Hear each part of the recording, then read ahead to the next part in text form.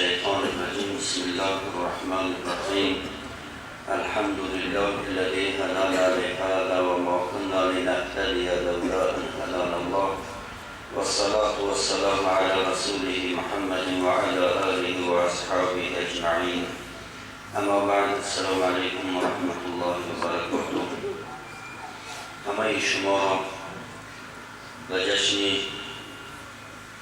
ولادت سید دنیا و آخرت حضرت محمد صلی الله علیه و سلم مبارک میگم و خداوند کنه که همه ما و شما را حامل قرآن، حامل حدیث های پیغمبر و اخلاقهای حمیده پیغمبر صلی الله علیه و سلم که امروز برای ما و شما علمه های صاحب احترام پیشکش کرده شدند، خداوند می‌بیند که ما و شما حامیلی که این سخنها باشیم.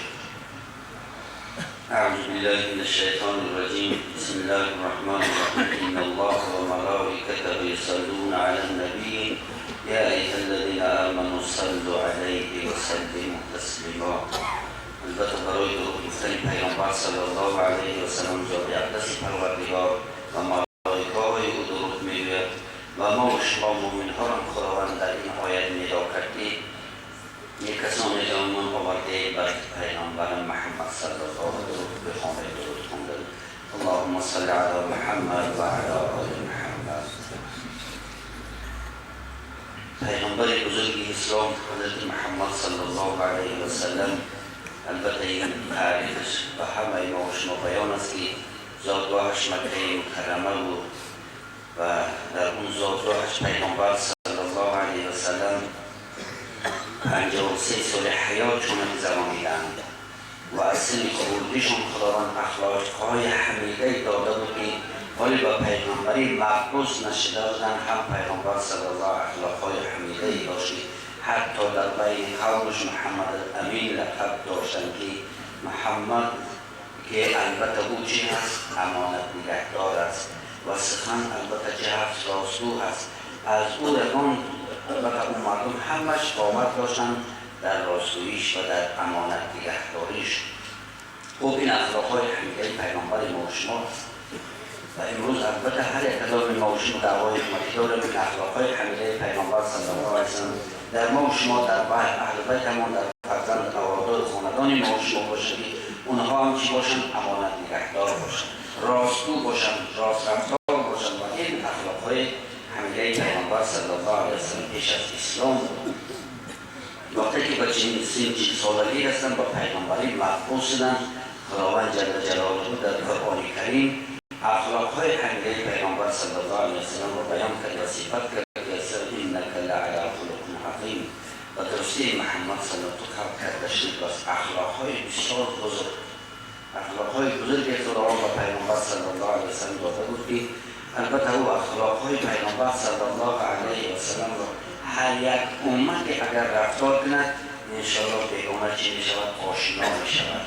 حتی در اخلاقهای حمیده پیغمبر به چنان رفتار میکرد که دیگر یهود و نصرانی ها بر دین اسلام چی مشرف میشدند و امروز هم هر یک امت محمد در کدام گوشه و کنار عالم که باشد اگر اون اخلاقهای حمیده پیغمبر صلی الله علیه و سلم را ما شما حامل باشیم انشاءالله تمام مردم چی می شود؟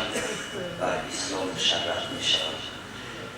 و خداوند نزول قرآن کریم از سن 40 سالگی پیغمبر صلی الله علیه و سلم سر شد تا مدت 23 سال تا 63 سالگی پیغمبر صلی الله علیه و سلم. دیگر پیغمبرهای دیگر البته سالهای بسیار دعوت کرد. حضرت نوح علیه السلام 150 سال. هر یک پیغمبر مدت بسیار عمرهای دراز هم داشتن دعوت کرده بودند، اما مقدار کمی از امت صاحب ایمان اسلام شد و پیغمبر ما و شما حضرت محمد مدت کوتاهی در دعوت کردن که البته تمام مردم دنیا بر ایمان و بر اسلام مشرف شدند و این آیه های قرآن که 114 سوره و البته 660 آیه جار الله بیان کردن، اینها موافق هر یک سوال و جواب آمد. پیغمبر صلی الله علیه و سلم مدت 13 سال در مکه مکرمه مردم را فقط بچه وحدانیت خدا دعوت کرد. اصلا مردم مکه مکرمه چی بودن؟ مشرک بودن. البته چی؟ بت‌ها داشتن، بت‌های حاجتی و سفری و هر یک کدام ما چند بتی داشتن.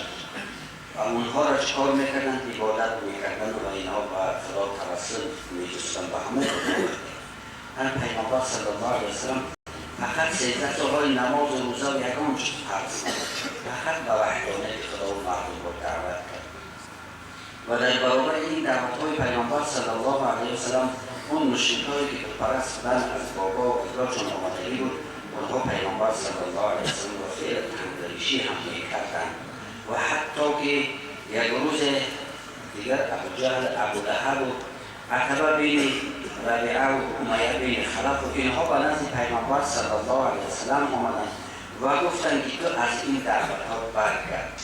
تو اگر مال میخواهی ما تو مال میدهی، زن میخواهی زن بیشترین حرمه میدهی، اگر چیزی که میخواهی از دنیا تمام چیز را برای تو البته ما عطا میگیم اما تو از این دعوت بگرد. و پیغمبر صلی الله علیه و سلم خوب این چیزا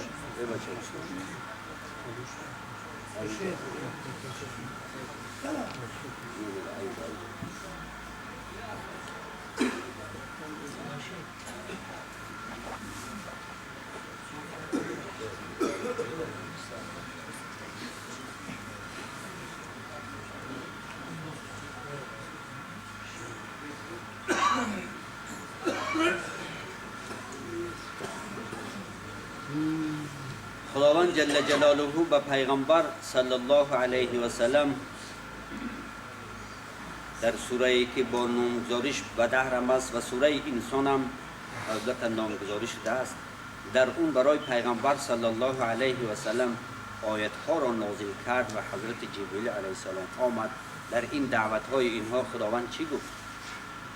اعوذ بالله من الشیطان الرجیم بسم الله الرحمن انا نزلنا علیک القرآن تنزیلا و درسی گفت خداوند جل جلاله که ما فرآوردیم قرآن را بر تو محمد صلی الله علیه و فرآوردن یعنی تنزیل به معنای تفصیل قرآن را البته جملتا واحدتا بر تو نفرآوردیم قرآن را از لوح المحفوظ به آسمان دنیا خداوند جملتا واحدتا فرآورد اما با پیغمبر صلی الله علیه و سلم موافق هر یک سوال و جوابی که شد او را پیغمبر صلی الله علیه و سلم به خداوند نازل کرد. اگر که اونها پیغمبر صلی الله علیه و سلم به همه گفتند خداوند گفت که انا نحن نزلنا علیک القرآن تنزیلا فاصبر لحکم ربک و صبر کن برای حکم پروردگار. حکم پروردگار برای پیغمبر چی بود؟ تبلیغ رسالت بود، رسانیدن این قرآن بود، امرهای خدا بود. در این صبر کن و این امرهای خدا فاصبر لحکم ربک ولا تطع منهم آثما او کفورا اطاعت مکن از اونها از اون مشرکا آثم و کفور گنهگار و ناشکر را تو دچار نکن، اطاعت نکن گرچند که برای تو پیشکش کنند دنیا و تمام دانایی دنیا اگر برای تو پیشکش هم بکنن تو اونها را اطاعت نکن، اونها تو را فریب میدهند. گفته خدا این آیت ها را نگه ولا تطع منهم آثما او کفورا و ذکر اسم ربک بکرة و اصیلا و یاد کن نام پروردگار تو پگاه و بیگاه. مراد از ذکر پروردگار نماز بامداد بخوان پگاهی و چه اصیل و بیگاه که نماز پیشین عصر بخوان. خداوند در این آیه ها برای پیغمبر صلی الله علیه وسلم امر کرد.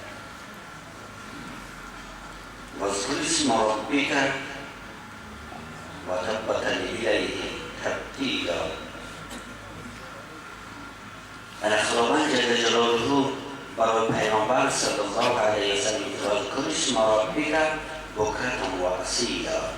انا بکره پگاهی نماز بامداد را بخوان گفت و چی و اصیلا که البته اصلیش میبگوی نمازی چی را گفت خداوند پیشین و عصر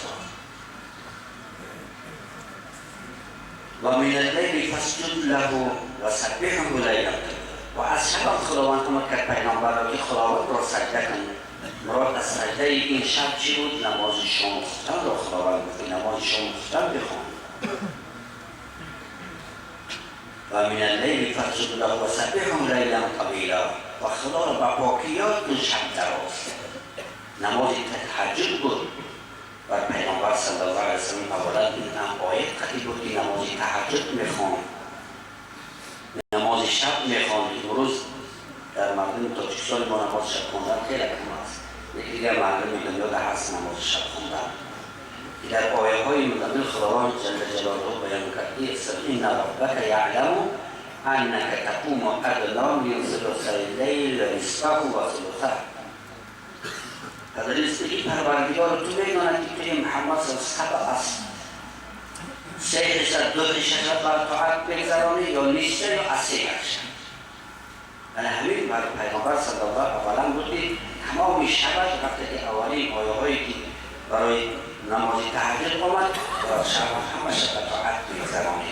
اما وقتی این آیه ها را گفت که خداوندی از شب از 3 2 یا یک حصه‌اش یا اینکه نیست شب را طاعت بگذرانه، این آیه ها را خداوند بیان کرد. در همین که خداوند جل جلاله گفت که البته در شب چکار کن، در شب هم خداوند را چکار کن، سجده کن. و من اللیل فاسجد له و سبحه لیلا طویلا.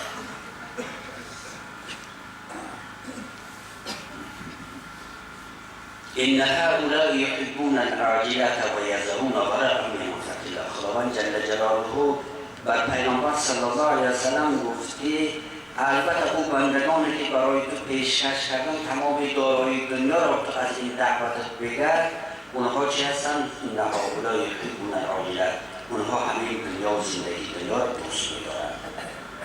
و یذرون وراءهم یوما، و کفای پشت گذاشتن و روزی که از این روزی قیامت است برای او عمل نکردن. اونها یکی دعوت میکنن، اونها همین هستند. البته محبت دنیا و دوستداری دنیا اونها را از چی امر خداوند از عمل کردن قرآن و پیروی محمد صلی الله علیه و سلم باز می‌شد.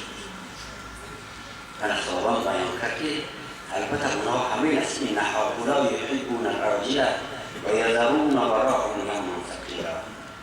اما خداوند جل جلاله گفت این بنده هایی که عاصی و ناشکر هستند، البته اصل خودشون و خلقت خودشون و این نعمت‌های خداوند جل جلاله رو در نظر نمی‌دارند که خداوند جل جلاله اینا نحن خلقناهم، ما خود اینها را خلق کردیم و شددنا اسرهم، و این قوه که در بازوهای ها هست ما خود ما قوی کردیم، اینها را قوت دادیم و این پیوندهای اینها را ما قوت دادیم. اینا خلقناهم و شددنا اسرهم و اذا شئنا بدلنا امثالهم تبدیلا. ما گفت خداوند اگر وقتی بخواهیم اگر اینها را باز در جای اینها دیگر قسم یاره و اینها را هلاک میکنیم. گفت خدا این قدرت دارد، خدا این قدرت دارد. البته این برای بندگانی هست که عاصی و کفور ناشکر هستند. خدا اینها را بیان کرد که ای بنده ها البته چه در این نعمت‌هایی که خدا داده است خوب بر همین جسم و جسد خود هر یک کلام نظر که همین جسم و جسد ترکیب قوت عطا کرد. یک طفل البته چی خداوند را به دنیا آورد از مادر که یگان از دیگر تا یک پات رحکی نبود، دستت بیرون نبود، زبانت گویا نبود، البته گوشت شنو، همه اینها را خداوند این نعمت‌ها را داد. خداوند میگه ما شما را خلق کردیم ای بنده های کفور، ای بنده های ناشکر که شما این نعمت های خدا، این نعمت ایمان اسلامی پیغمبر شما را نشناسید و این را چی پیروی نمیکنید، اینها را ما همه را برای شما داریم.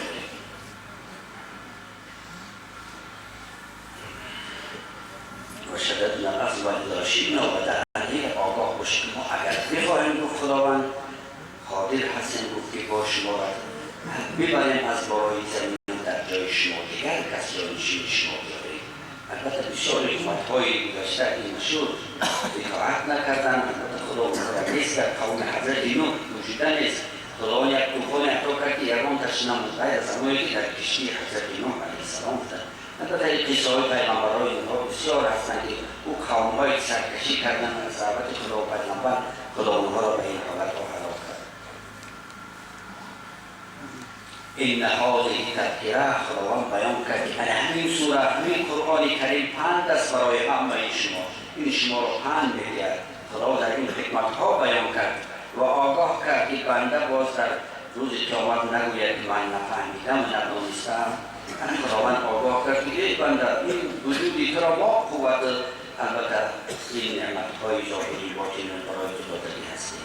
این هذه تذکره فمن شاء اتخذ الی ربه سبیلا. از این قرآن کریم 5 از موعظه است و از کسی که میخواهد سوی خداوند راه بگیرد. فمن شاء اتخذ الی ربه سبیلا.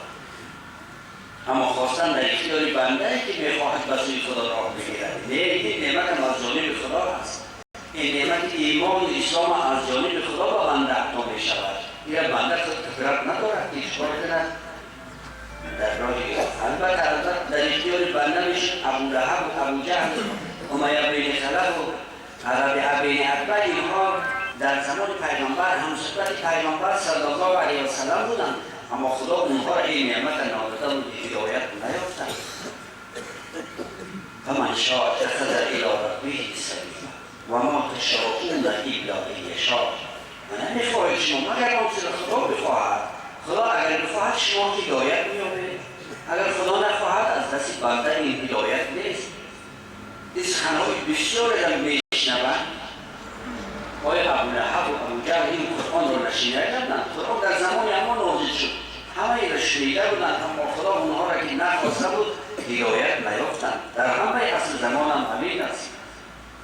خداوند جل جلاله و ما تشاءون الا ان یشاء الله ان الله کان علیما. دست خداوند علیم و حکیم است. خداوند بر تمام کی هدایت بیاورد، که البته سخن خدا پیغمبر را میشنود و هدایت مییابد. خداوند این علمی در نزد خداوند است. خدا هم را دانسته حکیم است. خداوند چیزی را که اراده میکند حکم میکند از دستی که چی میافتد در حکم پروردگارش. این الله کان علیما حکیما یدخل من یشاء فی رحمته.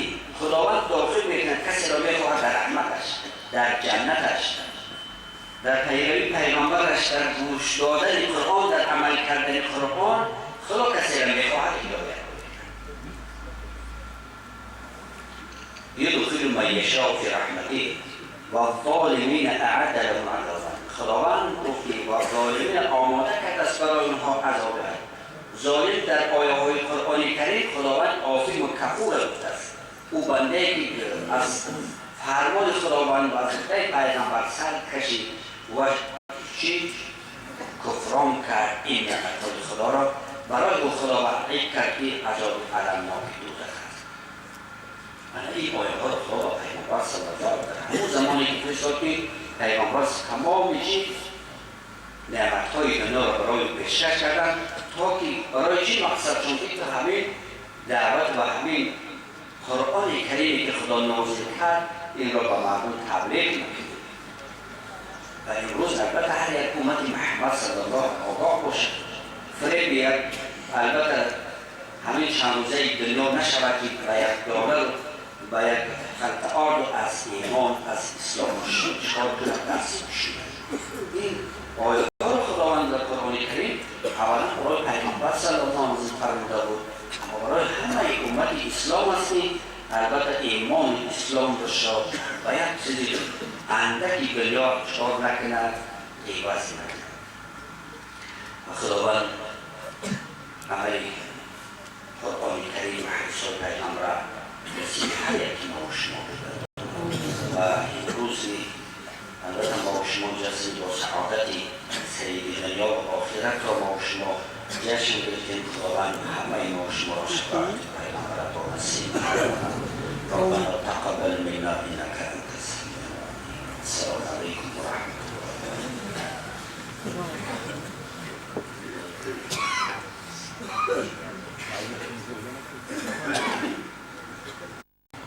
الحمد لله وحده والصلاة والسلام على من لا نبی بعده. حمد بی حد آن خدای پاک را، آن که جان بخشید مشتی خاک را، آن که در آدم دمید او روح را، داد از طوفان نجات او نوح را. بعد از آن گوییم درودی مصطفی، آن که عالم یافت از نورش صفا. سیدی کونین ختم المرسلین، آخر آمد بود فخر الاولین. اما بعد، السلام علیکم و رحمت الله و برکاته. محترم جماعت المسلمین، ما و شما در این مسجد زیبا امروز تجلیل مولود مبارک جناب پیامبر صلی الله علیه و آله و سلم را تجلیل کرده ایستادیم. از درگاه بیکنار الله سبحانه و تعالی امید و آرزوی بندگی داریم که پروردگار عالم همه ما و شما را بنده حقیقی خودش و امت حقیقی جناب پیغمبر صلی الله علیه و آله و سلم گردانده. شفاعت آن حضرت را برای همه ما و شما خداوند بزرگ نصیب و روزی بگرداند. آمین یا رب العالمین. الان استادان و علمای جلیل کرام برای ما و شما صحبت‌هایی کردند. پروردگار عالم در قرآن عظیم الشان در صفت پیغمبر صلی الله علیه و آله و سلم خبر داد: لقد كان لكم في رسول الله اسوة حسنه. با تحقیق که برای شما در اخلاق پیامبر صلی الله علیه و سلم را برای شما یک الگویی گرداندم، یک پیشوای نمونه‌ای برای شما گرداندم که پروردگار عالم در قرآن عظیم الشان خبر داد. سببی از جهالت و ضلالت و کفر و شرک رهیدن ما و شما را پروردگار عالم پیغمبر صلی الله علیه و آله و سلم را گردانید. و ما ارسلناک الا رحمتا للعالمین. نفرستادیم ما تو را محمد صلی الله علیه و سلم مگر فرستادیم رحمت برای تمام عالمیان. خداوند بزرگ در قرآن عظیم الشان این را در صفات و تعریفات پیغمبر ما و شما حضرت محمد صلی الله علیه و آله و سلم گفت. یعنی پیامبر صلی الله علیه و سلم چی میگه؟ چی جانها کم تا تو یافتی را. بزرگی گفتن که پیامبر چقدر جان کم که ما و تو را حق یافتیم. چی جانها کم تا تو یافتی را.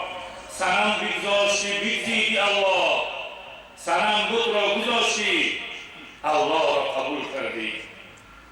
پیامبر صلی الله علیه و سلم بسیار البته در این جانکنی ها کرد. یعنی انسان دیگر کمتر اذیت و عذاب بکشد، او کار بس میکند، ترک میکند، میرود. لیکن این پیغام که از جانب الله بود زمانی که به پیش ابوطالب امکی پیامبر صلی الله علیه و سلم سردمداران قریش آمدند و گفتند که بگو یعنی پسر برادرت را که یعنی این از این دعوت باز بگردد و این مردم را از دین اولادی و اجدادی خود باز نگرداند. پیامبر صلی الله علیه و سلم در ابوطالب امکشان گفتند که این سردمداران قریش چنین میگویند.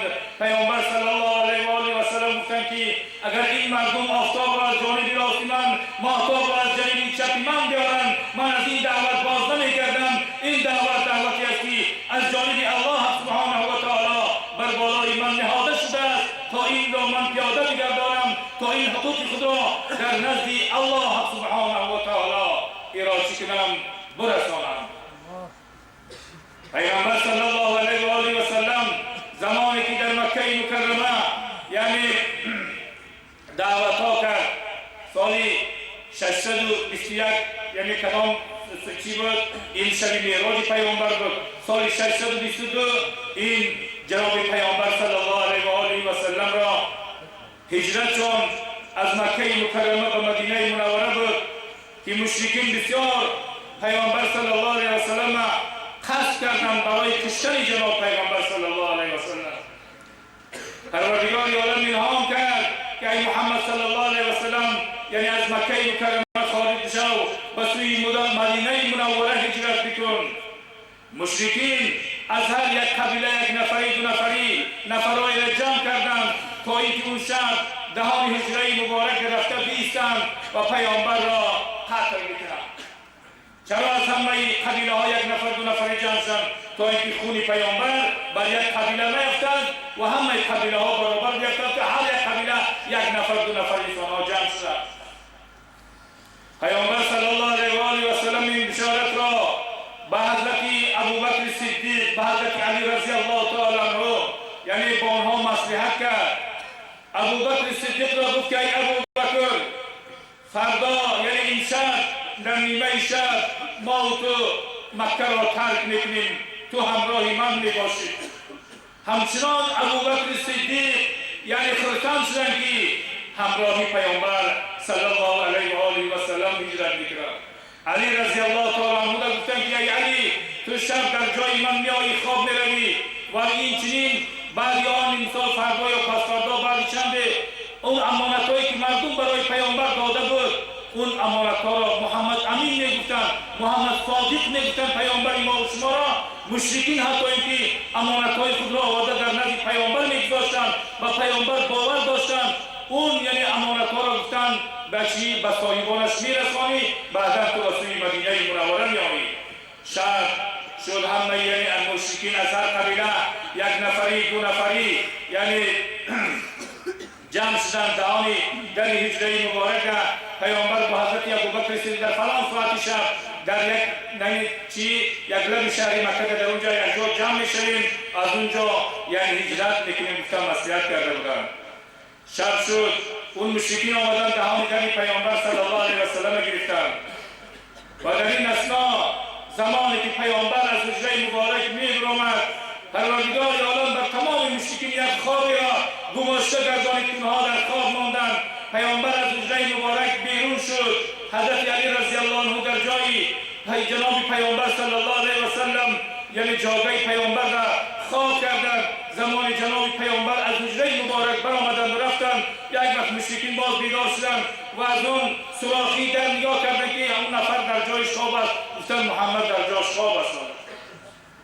پیامبر صلی الله علیه و آله و سلم که با همراهی حضرت ابوبکر صدیق مصلحت کرده بودند، در یک اطراف شهر مکه مکرمه در اونجا یک جا شدند و مصلحت کردند اکنون ما مکه را ترک میکنیم. و در این اثنا از یعنی زادگاه خود از مکه مکرمه از خانه کعبه پیامبر صلی الله علیه و آله و سلم جدا میشدند.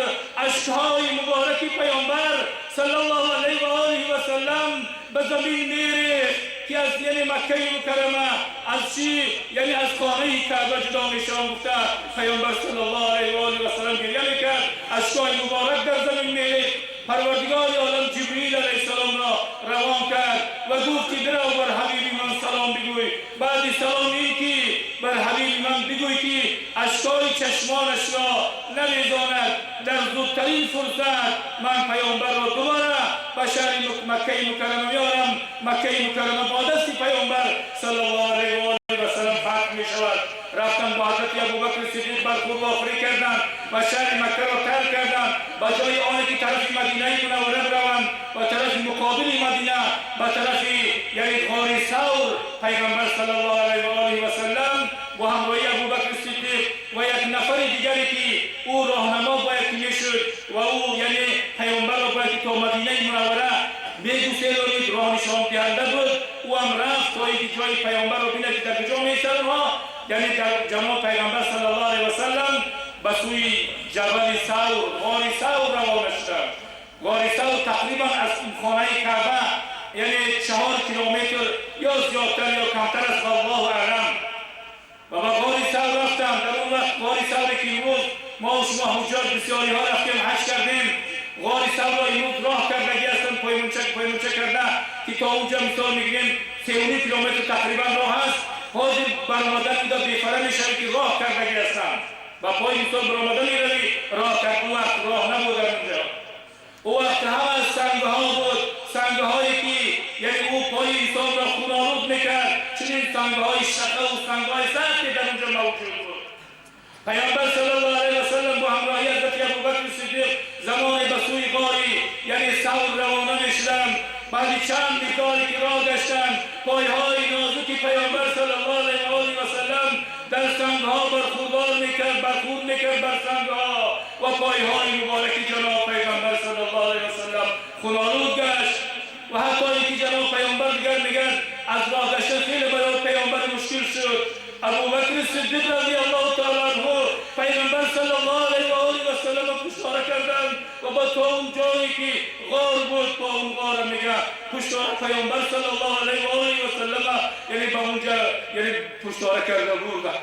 و در غار ثور که رسیدن در اونجا داخل شدن و اون عبدالله گفتگی نفری که پیامبر با همراه ابوبکر صدیق با یک چیز میکرد یعنی گسیل میکرد و مدینه جاشون البته دید و حضرت ابوبکر حضرت پیامبر در غار ثور داخل شدن که بعضی روایت های هست که پروردگار عالم در اینجا تارتنک ها را امر کرد که تارتنی لعنتی را در اونجا کرد که دهنگان غار گریز کم کرد نباشد غار این که انسان اگر نگاه کنی قریب میتابه زمانی که پیامبر صلی الله علیه وسلم با همراه حضرت ابوبکر صدیق در اونجا جای گرفتن در این اثنا قریب وقتی سحر شد و در این اثنا مشرکین در را کشادند و داخلی حجره مبارک شدند دیدند که پیامبر صلی الله علیه وسلم نیست.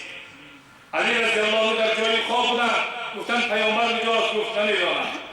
بعداً تمام مشرکین در کاخ جناب پیغمبر صلی الله علیه وسلم شدند. حتی ابو جهل لعین برای یافتن پیغمبر زنده یا مرده او را هر نفری که دارد 100 شتر سرخموی برای انسانها وعده کرد و تمام مشرکین مکه در کاخ جناب پیغمبر صلی الله علیه وسلم شدند. حتی اینکه بویگیرها داشتند اون بویگیرها به کدام راهی که انسان میرفت با اون راه را مثال میگیریم که پیکس میشدند و اون بویگیرها همون راهی که پیامبر از حجره مبارک برآمدند از مکه مکرمه برآمده طرف غار ثور میرفتند با همون راه رفتند. زمانی که به غار ثور رسیدند همراه یعنی اون مشرکین دیگر و گفت که اون بویگیر چی گفت؟ محمد گفت از اینجا یا داخل این غار شده است یا از اینجا به آسمان رفته است، به آسمان برآمده است، دیگر ایزی پای اون معلوم نیست از اینجا. ابو جهل و مرتبه های او گفتند که تو چی فتوانه میگویی، تو چی افسانه میگویی، دهان غار را بگی تارتنک تارتنیده است، ماها است که در اینجا آدم داخل نشده است، تو یعنی افسانه میگویی. گفته یعنی سخنی اون بویگیر را قبول نکردند. این از معجزات پیامبر صلی الله علیه و آله و سلم بود. در این اثنا میگه پیامبر صلی الله علیه و آله و سلم حضرت ابوبکر صدیق که نشستند، ابوبکر صدیق رضی الله تعالی عنه یعنی حتی پیامبر سر مبارک را در زانوی حضرت ابوبکر صدیق داشته بودند. حضرت ابوبکر صدیق گریه میکرد به درگاه پروردگار و پیامبرت را نگه دار. اگر پیامبر کشته شود این مشرکین که در قصد پیامبر صلی الله علیه و آله و سلم است، اگر پیامبر را بیابند، پیامبر را اگر قتل بکنند، اسلام از اسلام دیگر نام و نشانه باقی نمیماند. پروردگار و پیامبرت را نگهدار بوده. به درگاه پروردگار عالم دعا میکرد. اشک‌های چشم حضرت ابوبکر صدیق در رخساره های پیامبر صلی الله علیه و آله و سلم رسید. پیامبر گفتند ای ابوبکر چرا گریه میکنی؟ ابوبکر گفت یا رسول الله به درگاه الله گریه میکنم که پروردگارا من هیچ نیستم، تو را پروردگار عالم نگهداره.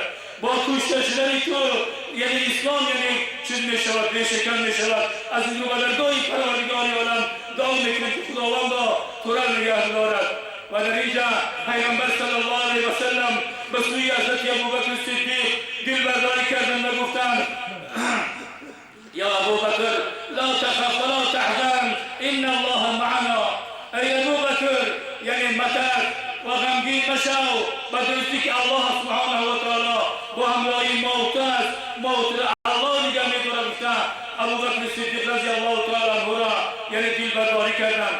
جناب پیغمبر صلی الله علیه و آله و سلم 3 شب و روز در اینجا باقی ماندند. مشرکین هر چیزی می‌گفتند پیامبر را نمی‌یافتند. ابوبکر صدیق رضی الله تعالی عنه یک غلامی داشتند که این مال‌های حضرت ابوبکر صدیق را در اطراف این غار آمده یعنی چیز می‌کردند، نگاه‌بین می‌کردند. حضرت ابوبکر صدیق فرزندش هر مثال می‌گیم هر روز یک ماه مناسبه می‌آمد پیامبر حضرت ابوبکر صدیق خبر می‌گرفت و چی با اخباری که در مکه میشد او را می‌آورد و با همون غلام حضرت ابوبکر گوسفندا را به هم تهیه می‌کرد. ایزی پای همون آدمی که آمده پیامبر و فرزند حضرت ابوبکر خبر می‌گرفت می‌رفت او را یکم کس باز نفهمد. گفته از اون گوسفندا را می‌کشید و این یعنی غلامی پاچی همون مالبان حضرت ابوبکر صدیق از اون شیرهاش می‌آورد. حضرت ابوبکر صدیق با همراهی پیامبر صلی الله علیه و سلم از اون تناول می‌کردند.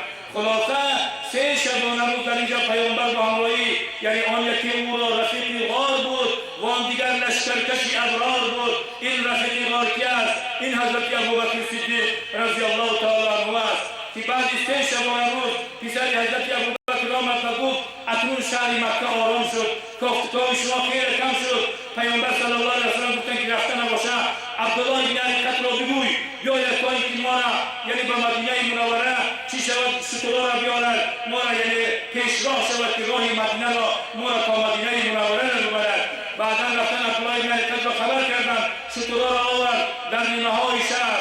از اون غار پیامبر بعد 3 شب و روزی در اون غار استقامت کردن، غار را ترک کردن با همراهی ابوبکر صدیق و با همراهی حضرت یعنی پیامبر صلی الله علیه و سلم و این چنین عبدالله بن حقیقت هستش مکه مکرمه را ترک کردن به سوی مدینه منوره هجرت کردن. این یک قصه کوتاه از سرگذشت پیغمبر صلی الله علیه و سلم چی جانها کند تا تو یافتی را صنم بگذاشتی بگزیدی الله صنم بگذاشتی بت بگذاشتی الله را قبول کردی. ما تو آتش را بگذاشتیم این سرزمین های آسیای مرکزی یعنی افغانستان و ایرانی طرفا در زیر ایمپری فارس بود که همه اینها آتش پرست بودن مشرک بودن و چی کردن صنم بگذاشتیم آتش او دیگران بت‌ها گذاشته باشند ما و شما آتش را گذاشتیم یعنی صنم بگذاشتید بگزیدی الله یعنی ما و شما به شرافت اون ذات پیغمبر صلی الله علیه و آله و سلم امروز این راه حق ما و شما درک کردیم و یافتیم.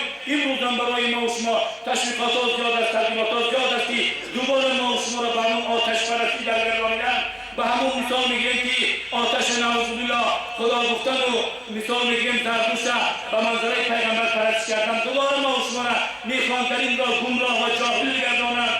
لیکن ما و شما را پروردگار عالم این راه را این حقیقت را این اسلام را با شرافت پیغمبری آخر زمان حضرت محمد صلی الله علیه و سلم دانید. ما و شما دانستیم که دختر به پدر نکاح حرام است، پسر با مادر نکاح حرام است، خواهر به اکه نکاح حرام است، دختر با عمتی نکاح حرام است، خاله و مثال پسر مثال میگیریم چی نکاح حرام است. لیکن دختر خاله دختر عمتی دختر تقوی حلال است. این را برای ما و شما اسلام دانید. در زمان زرتشتی ها یعنی اونها خاله ها را میگرفتن خواهر ها را میگرفتن تا درجه بدبختی که یعنی حتی اینکه مادرها را به نکاحشان داخل میکردن. یعنی محمد رشاد یعنی فلسفه از آغاز تاریخ را نوشتگی است. اون فلسفه از آغاز تاریخ با خط کلیکی چاپ شدگی است. اون فلسفه از آغاز تاریخ را نوشته است که یعنی زمانی که در زمان بهمن امپراتور فارس یعنی امپراتور فارس قریبی سیاسی روی دنیا را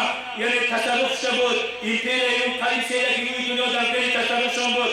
امپراتور فارس بهمن اون داشت. اون بهمن در خاندانش دختری تولد شد و اون دختر به سن کمال رسید به سن بلوغ رسید به سن رسید که اون دختر بسیار دختر زیبا بود. از تمام اشراف ها از تمام دولت ها امیرزاده ها وزیرزاده ها و وزیران برای خواستگاری کردن این دختر بهمن یعنی می آمدن تا اینکه نام این دختر همایی بود تا او را خواستگاری میکنن بزنی بگیرن. لیکن این بدبخت بهمن چی بود؟ من از همه در پادشاهی کلان هستم امپراتور فارس هستم. این دختر زیبنده یگان نفر دیگر نیست. این دختر زیبنده خودم است. نعوذ بالله دختری خود را به نکاحش داخل کرد با او یکجا شد. از او فرزند حتی اینکه به دنیا آمد. این را بینید بدبختی زردشتی را این را بینید بدبختی آتش پرستی را. این مثال میگیریم از چی است؟ فلسفه از آغاز تاریخ حتی اینکه شاهنامه در حضرت فردوسی را مثال میگیریم که درس کرده گذشتگی است. تا این اندازه از این بدبختی ها تا یعنی چی ما و شما این را گذاشتیم و این راه حق را قبول کردیم. این شرافت پیغمبری آخر زمان حضرت محمد صلی الله علیه و آله و سلم است و ما و شما شکرانه کنیم. لئن شکرتم لازیدنکم و لئن کفرتم ان عذابی لشدید. هر آینه بندگان من شکرانه نعمت‌های مرا کنند اون نعمت‌های را من برای بندگان زیاد می‌گردانم. هر وقتی که ناشکری نعمت‌ها کردن عذاب من گفت سخت است. حضرت شیخ سعدیان بسیار خوب گفتند شکری نعمتت افزون کند و نگویی از کفت بیرون کند. و آخر دعوانا ان الحمد لله رب العالمین. الله سبحانه و تعالی بر حقیقتی که تعالیم اصلاح شما کردن را همه ما و شما به خداوند هدایت بگرداند. این راهی حقی که امروز ما و شما یافته‌ایم اسلامی عزیز پروردگار در این استوار بودن ثابت قدم بودن عامل بودن برای این راه پروردگار برای همه ما و شما نصیب روزی بگرداند. پروردگار ما و شما را که امروز فرزندای ما برادرای ما و شما را بر انسان میخوان که منحرفی از این راه اسلام بگردانند. خداوند فرزندای ما و شما را برادرای ما و شما را همه این فرزندان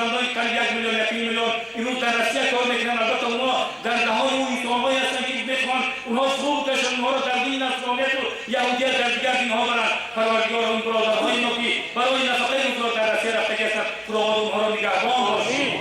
اونها را پروردگار در اسلام خود یعنی استوار و ثابت قدم بودن را خداوند نصیب روزی دیگرانی. صحت و سلامت کار کرده، صحت و سلامت با وطن عزیز با دست پر خداوند را برسانی اهل توفیق شاگردانی. ربنا آتنا فی الدنیا حسنه و فی الاخره حسنه و قنا عذاب النار برحمتك یا ارحم الراحمین. السلام علیکم و رحمت الله و برکاته.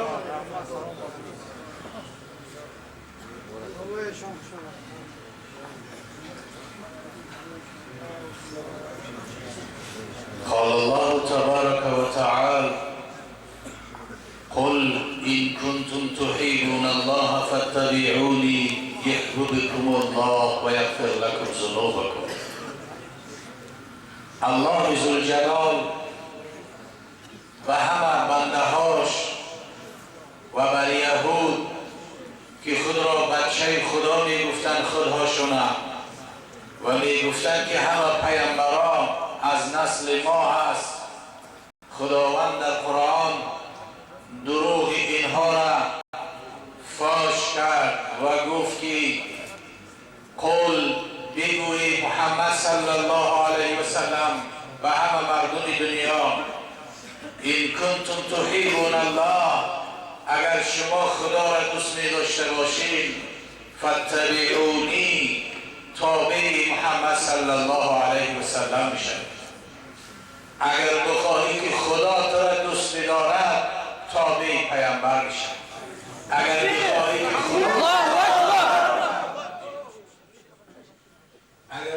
که خدا بر شما محبت کند تابع و پیروی محمد صلی الله علیه و سلم داشته باشید. اما همچنان که حضرت ایشان بیان کردند این دین دینی متین است، این دین دینی بزرگ است.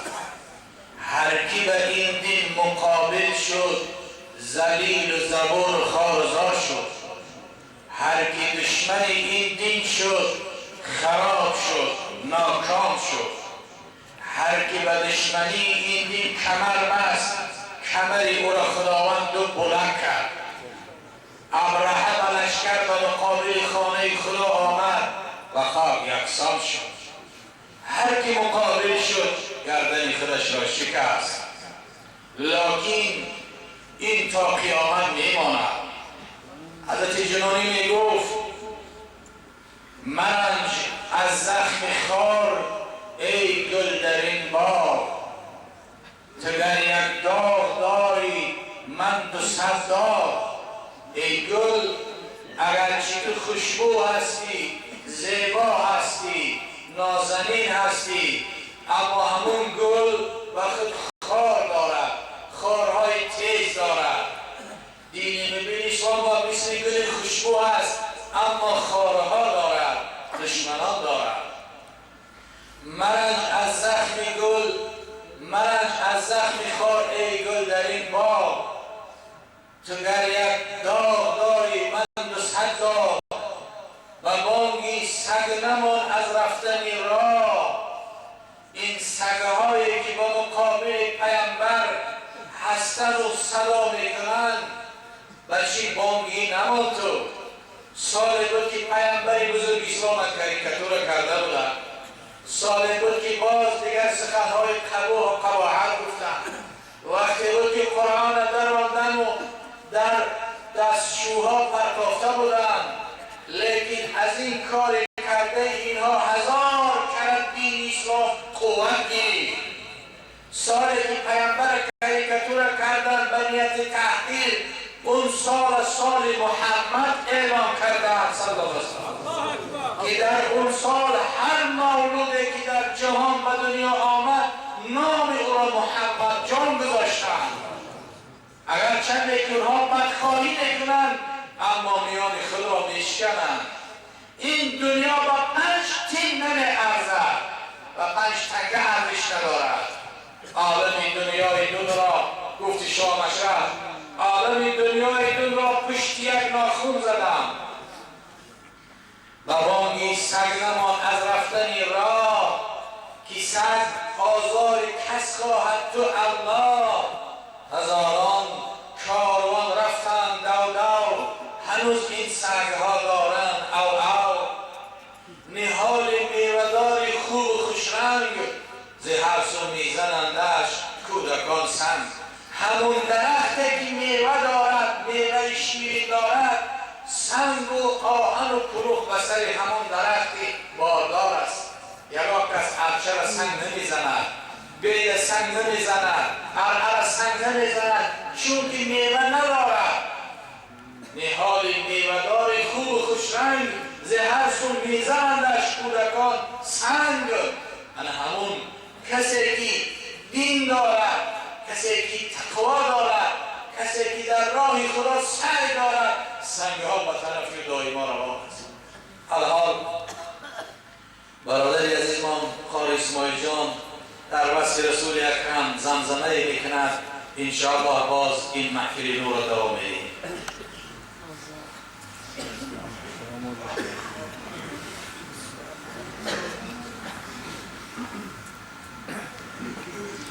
مولاي صل وسلم دائما أبدا على حبيبك خير الخلق كلهم محمد سيد الكونين والثقلين محمد سيد الكونين والثقلين والفريقين من عود ومن أجل مولاي صل وسلم دائما أبدا دم از برای مصطفی باید زدن دست و دل بر دامن آل ابا باید زدن هر درختی که ندارد میوه حبی نبی عصر او را سر به سر با تیشه ها باید زدن جان باد فدایی خدی بالای محمد باقی سوی مشکین و سمنسای محمد جبریل جلودار براقش شب معراج حرام صفی در صف به تماشای محمد معراج زمینش معراج زمینش همه را نمود است معراج سما جمله به غوای محمد فردا کی زند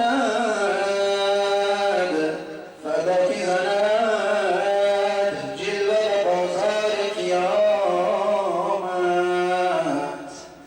محشر شود آن روز به تماشای محمد لحبيب عربي مدني قرشي لحبيب عربي مدني قرشي يا رسول الله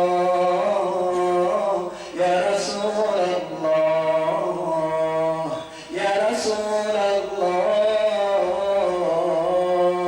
يا رسول الله صلى الله عليه وسلم صلى الله گرچه مرحله دور است ز پیشی نظرم وجهه في النظر كل غداة وعشي يا رسول الله يا رسول الله يا رسول الله يا رسول الله صلى الله وسلم صلی الله. فهمی رازش نکنم او عربی من حبشی، لافی میرشی زنم او عربی من حبشی. یا رسول الله یا رسول الله یا رسول الله یا رسول الله صلی الله علیه وسلم صلی الله. اللهم صل وسلم وبارك عليه.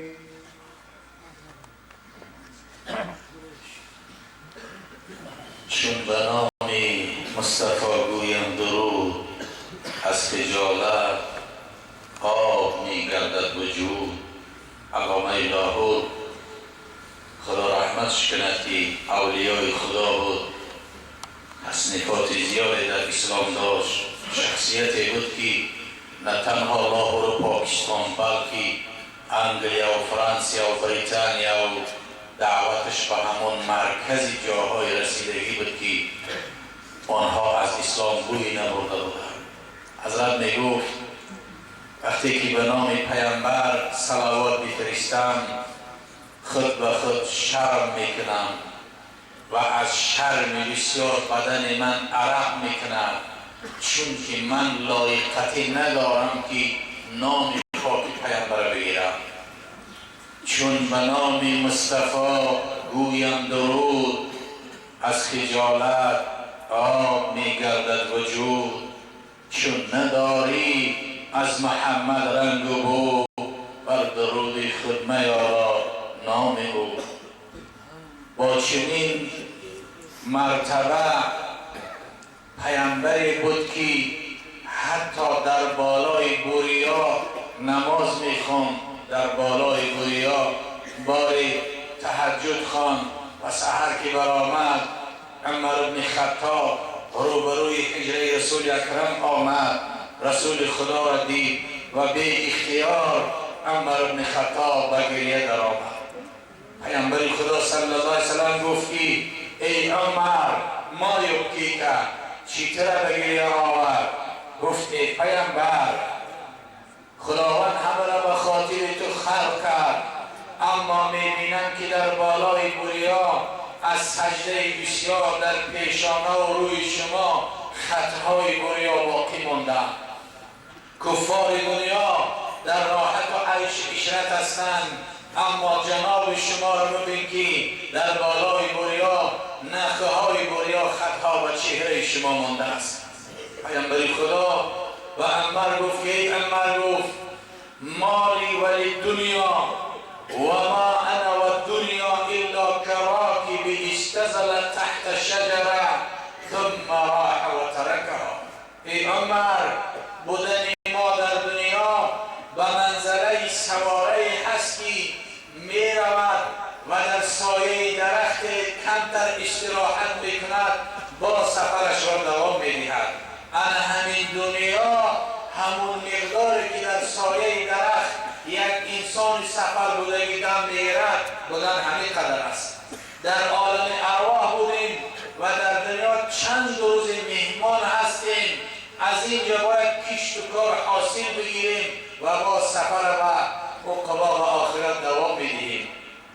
رسول معظم اسلام آنچنان نماز میخواند، عبادت داشتی. حضرت عبدالله ابن شخیر بیان میکند که شب آمدم تا که به پیامبر خدا نماز بخوانم. اتیت رسول الله صلی الله علیه و سلم و هو یصلی و لجوفه عزیز که عزیز مرجل من البکا.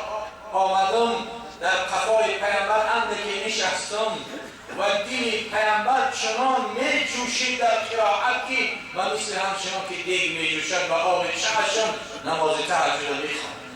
چنان عبادت داشت. ابوبکر صدیق یار رسول الله زمانی که پیامبر در بیشتر مرگ بود گفت که امر کنید ابوبکر به نماز پیشتر آید. در زمانی که علی بود، عثمان بود، در زمانی که عمر بود 120,000 صحابه در اطراف رسول الله حیات بودند. پیامبر از بین اونها گفت مرو ابوبکر یعومنا، ابوبکر امر کنید که با مردم امامتی بکند. در زنده بودنش عایشه صدیقه طاهره همسر دوست داشته رسول الله گفت که ای رسول خدا، گفت مردم امامتی پدر را نمیخواهند، دیگر کس امامتی بکنند. و چی خاطر؟ به خاطر که ابوبکر صدیق یار رسول الله زمانی که در نماز می درآمد تحریمه می‌بست الله اکبر میگفت خدا بزرگ است و در نماز می درآمد از ابتدای الحمد تا اخیر قرائتش از گریه بسیار نمی‌فهمیدند. از آواز از حکم زدن دل قرائتش نمی‌فهمیدند. چنین نماز می‌خواند. پیامبر خدا دویم بار گفت ابوبکر امر کنید و سوم مراتب امر کرد.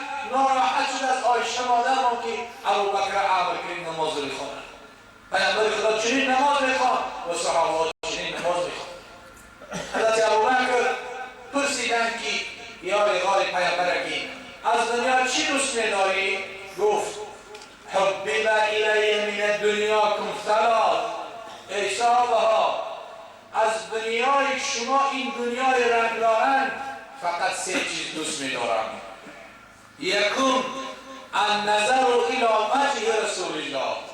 یکم چیزی که دوست ندارم از دنیا، مال نگفت، پول نگفت، منصب نگفت، ثروت نگفت، درچه نگفت، قصر نگفت، ماشین نگفت، تندرستی و سلامتی و زن و فرزند نگفت. چی گفت؟ اول چیزی که از دنیا دوست می‌دارم نظر کردن فقط به سوی چهره رسول الله. البته کی دوست نمی‌دارد؟ همه این دنیا و مافیاها با یک نگاهی پیامبر نمی‌ارزد. النظر الی وجه رسول الله. دویم چی؟ دویم گفت و انفاق مال علی رسول الله. دویم دوست می‌دارم مال همه به رسول خدا نفقه کنم. و سوم چی؟ و ان یکون ابنتی تحت رسول الله. سوم میخواهی که دخترم در تحت رسول خدا باشد که این سه سعادت و او نصیب شده بود. هم نظر میکرد، هم مالش عطا کرده بود، هم عایشه صدیقه طاهره مادرمان همسر رسول الله صلی الله علیه وسلم بود. زان دلبر یگانه هر کس خبر ندارد، زان دلبر یگانه هر کس خبر ندارد، گوهر شناس داند در یتیم ما. حال صحبت نوبتی و برادر عزیزمان واعظی خیلی هم مشهوری، البته که این جمهوری و غیر این جمهوری برادر عزیزمان که الحال هممان مشتاقی صحبت و سخنهای بهرباری و هستیم. حضرت حاجی حضور دارند و بلنگو را بلسیم برادر میدیم چندی باشد صحبت شوی کند و ما و شما به گوش‌های دل بشنویم و فیض ببریم.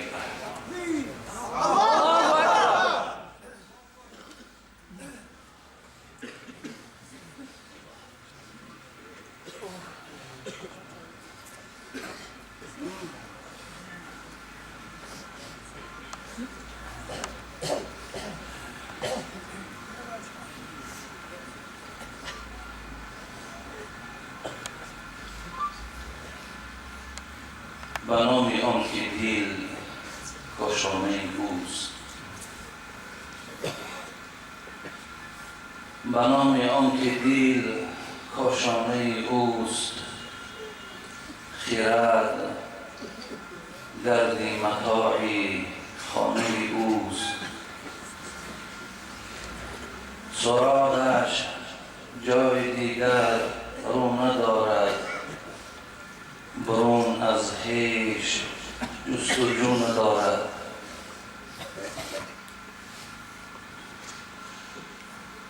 به نام خداوند جان آفرین،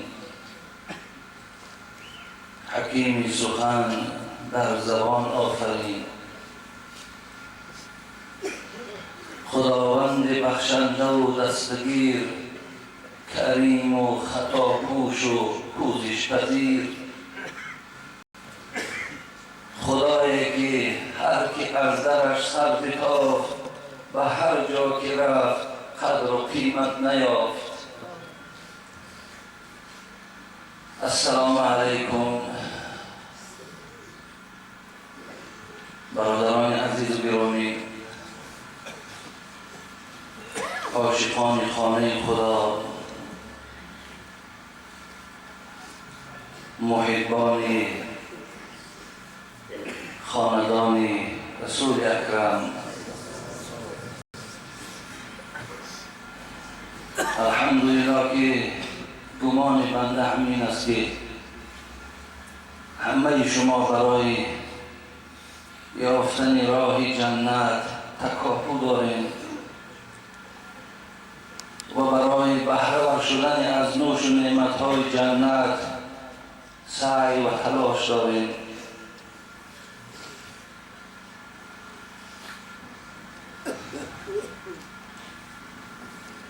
الها تا به آخر جمله در دین خدا باشید،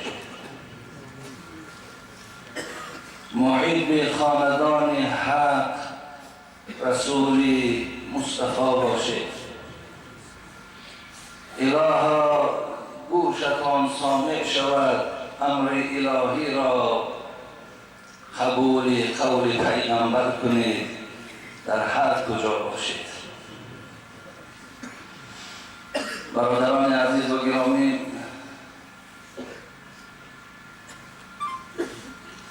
میبینم خیلی دلهای سرشار ایمان و محبت و سرشار پر از واخوری با لقای پروردگار و وسیع شده از این دنیا دارید. و الحمدلله که استاد ما عقیدة مولا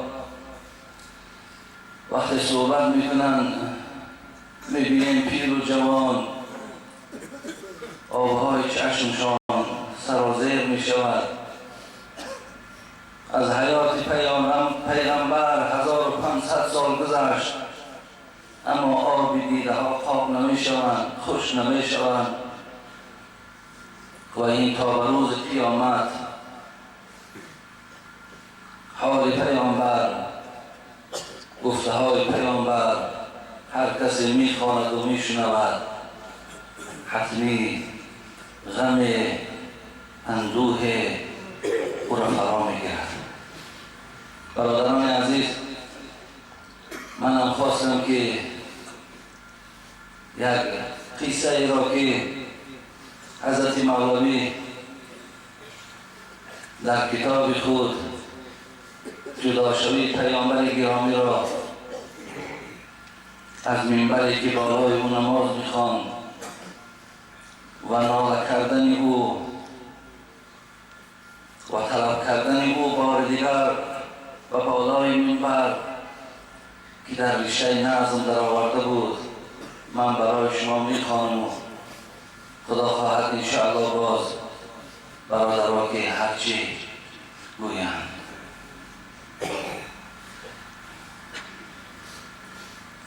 استون حنانه از هجر رسول، استون حنانه از هجر رسول، ناله میزد همچو ارباب عقول. گفت پیغمبر چه خواهی ای ستون؟ گفت جانم از فراقت گشت و خون. مسندت من بودم از من تاختی، بر روی منبر تو مسند ساختی. برادران عزیز و گرامی، حبیب خدا وقتی بالای ستونه که و مردم وعظ می گفت موعظه میکرد و گذشتن سالها وقتی برای پیامبر گرامی منبری زیبایی ساختم، پیامبر آمد و بالای منبری زیبا نگاه کرد که آن ستونی که قبلا بالای او می نشست و موعظه میکرد ناله میزد همچو ارباب عقول، مثل انسانی که گویا عقل داشته باشد، شعور داشته باشد، ناله میزد، گریه میکرد. حبیب خدا وقتی این ناله را شنید که حبیب خدا آنقدر رقیق القلب بود، آنقدر مهربان بود، حتی حضرت میگوید قبل از نماز و دلم اراده میکردم که نماز دراز خوانم تا لذت و حلاوت برای بنده های خدا و خود بنده پیدا شود. در اثنای نماز صدای کودکی را میشنید. همان زمان حبیب خدا اراده‌ای که در ابتدا کرده بود میگوید بیکار میکردم، نماز کوتاه میکردم، در سلام میدادم تا مادر یا پدر این کودک نزدیک کودک شود. اینقدر حبیب خدا رقیق القلب و مهربان و بسیار بسیار نفر بی‌ضرر و بسیار بی‌آزار بودند. برای همین بود که میگفتند من ازا مسلم فقط ازانی. اگر ای بندگان خدا کسی را آزار دادیم، یقین دانید که این آزار من است. حضرت نگاه وقتی که این ناله را از ستون شنیدند،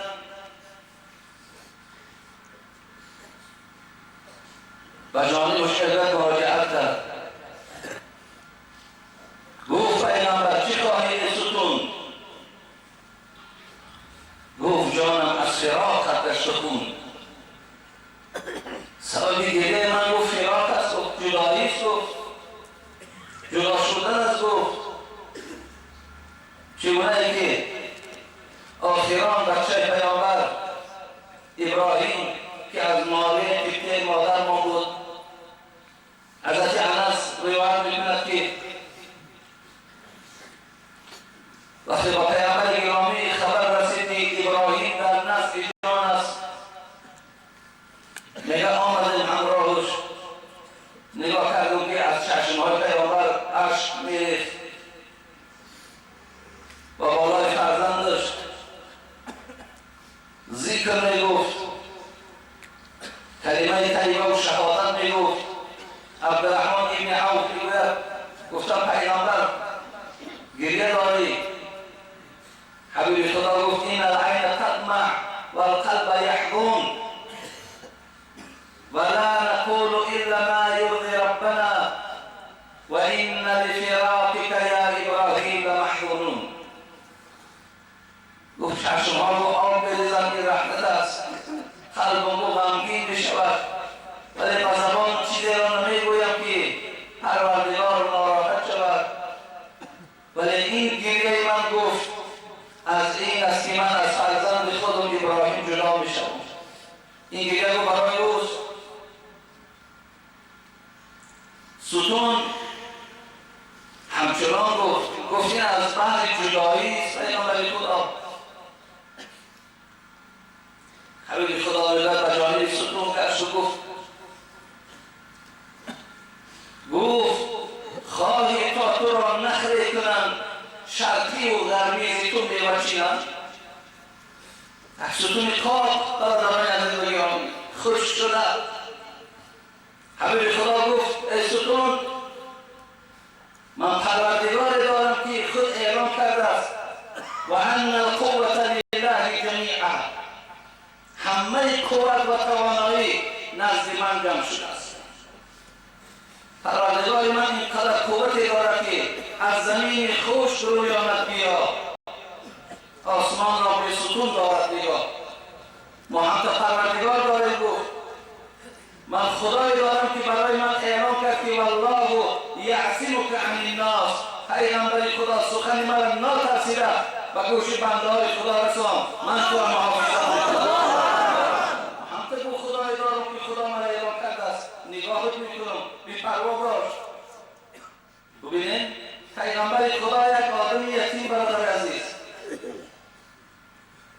یک نفری که نه ثروت داشت که اطرافش مستحکم کند، ولی پروردگار وعده شد پیغمبر من تو را محافظت میکنم. ولی یک قصه خوده برای محافظتش من به شما گویم. وقتی پیغمبر من هجرت کرد از مکه به خانه غار ثور رفت همراه ابوبکر صدیق. در درون غار در آمده دیده چوپان میگه دید، چوپان دید که پیغمبر در همین درون غار پناه جست.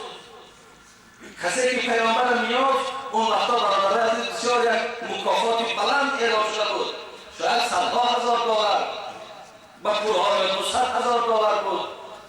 اعلام کردن که همین خیلی مبلغ داده می شود.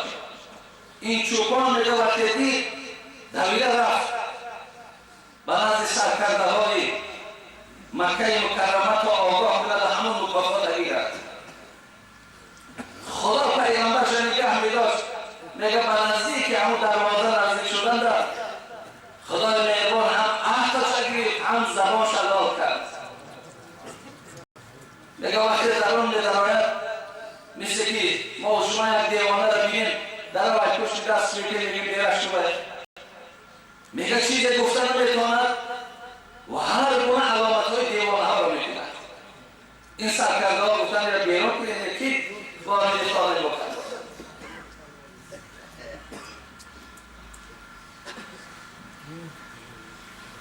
و پروردگاری دارم که این قدرت دارد.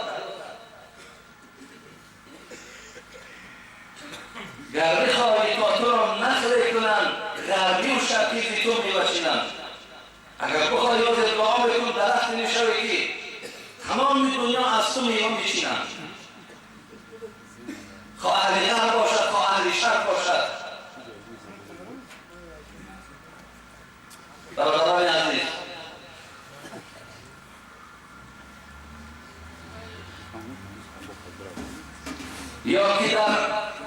یا که در آن عالم تو را سر بکنند تا تر و تازه بمانی تا ابد. دو پیشنهاد: اگر خواهی میوه بشوی در همین دنیا مردم از تو میوه میچینند، و اگر خواهی تو را الحال میگرانیم و تو یکی از درختهای اهل جنت بشوی و بردوام باقی بمانی. عجیب پیشنهاد از درخت. ببینید یک درخت برادران عزیز فهمیش دارد. فهمیش چی است؟ آخرت از دنیا بدتر می‌داند.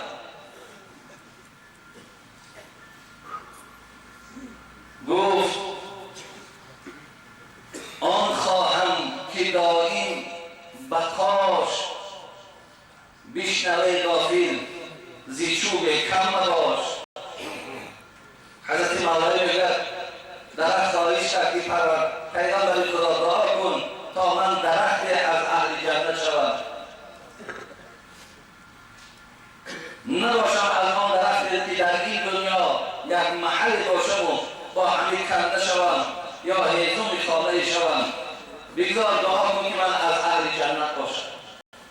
حضرت مولوی چی نکته زیبایی می‌زند: بشنوی غافل زی چوب کمتر مباش.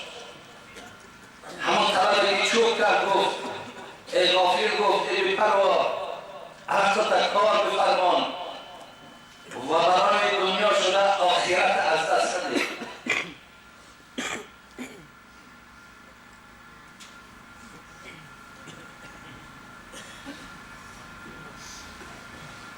ابو سعید ابوالخیر میگفت دنیای دنی پر هوس را چی کنم؟ دنیای دنی پرهوس را چی کنم؟ آلوده هر ناکس و کس را چی کنم؟ آن یار طلب کن که تو را باشد و بس، معشوقه 100,000 کس را چی کنم؟ برادر عزیز، عجیب گپه. حضرت ابو سعید ابوالخیر میگن آخه این دنیا به مثال همون دخترهایی هست که دست به دست مردمن، اگر برای کسی پیشنهاد بشنن همین را بزنی میگی نگن نه آخه را نیم اختشلاق یا نیم شهر استفاده میبرد، من چرای را استفاده کنم، چرای را منزنی کنم. حضرت به همین مضمون میگه که آن یار طلب کن که تو را باشد و بس، معشوقه 100,000 کس را چی کنم؟ خدا کند که آن سخنهای خیلی بالا و پرمعنی که دوستای خدا گفتند همه اونها را سرچشمه کار حق کلام ما و شما بگرداند و تا وقتی که خدای مهربان برای ما حیات مقدر کرده است، خداوند چنان قوت و توفیق دهد که یک وجب از قرآن حدیث دور نباشید. خداوند ما را از دوددیلگی و از منافقی و از منحرف شدن راه حق خداوند نگه بدار. خدایا همه آرزو و امیدهایی که این جمعیت دارند که از همه بالاترینش بردن ایمان است و راحت خانه قبر و روز قیامت است، خدایا برای این بندگان نصیب و روزی بگردان. بسیاری برادران ما در این معرکه دستیاری دراز کردند، نامهاشون اکنون به نامبر نمیگیریم. خداوند از شفاعت حبیبش محمد صلی الله علیه و سلم بهره‌ورشان گرداند و تمام برادرانی که از راه‌های دور و نزدیک اینجا قدم زدن، خدا قدماتان حسنات و ایماناتان خدای مهربان باز هم قوی‌تر و باز هم نورانی‌تر بگرداند. اللهم بک اصبحنا و بک امسینا و بک نحیا و بک نموت و الیک المصیر. السلام علیکم و رحمت الله. ابو ادریس خولانی رضی الله عنه بیان میکند که به شهر دینیش رهسپار شدم و در دینیش شام شریف در یک مسجد داخل شدم، مثل همین مسجد همه مردهای زیبا با سنت رسول الله صلی الله علیه و سلم حسن تابان داشتگی همه مردم جمع بودند، در مسئله های فقهی سوال و جواب میکردند و در کدام مسئله در میماندن و سوی یک نفر گشته نگاه میکردند. اون نفر یک شخصی پیرسال با ریشی زیبا، روی پرنور، با تواضع، همه گشته با او نگاه میکردند. دندانهای سفید داشت، میگه برقت صنایا، دندانهاش جلا میداد و او از پیامبر خدا یک حدیثی میگفت و همه قناعتمند میشدند. ابو ادریس خولانی میگه با مجرد دیدن همون شخص محبتش در دل من جا گرفت و نفری را از رفیقان پرسیدم که این کی هست که وقتی که جواب سوال با حدیث میگوید همه قانع میشوند. او شخص با مردش نگاه کرد، گفت وای حکا، وای بر حال تو، آیا این را نمیشناسی؟ گفتم که با الله قسم کنی. گفت این معاذ جبلی است، این صحابه رسول الله است، معاذ بن جبل است، همراه پیامبر بود، همراه پیامبر در غزوه‌ها بود، همراه پیامبر عمر گذرانی و به فرمان پیامبر البته در ایستاده است. با مجردی که از این شخص میگه صفات معاذ جبلی رو شنیدم، محبتش در دلم جا شد. مسلمان دوست می‌دارد. بعداً خواستم که از جای خود بخیزم، ابو ادریس میگه، و بگویم که ای معاذ بن جبل، و والله قسم که من تو را دوست می‌دارم، اما از مردم شرم کردم و قصد کردم که سحر در نماز بامداد بیایم و پیش از همه او را زیارت بکنم، دسته های او را ببوسم، چون که اون دست ها دست پیامبر داشته بود.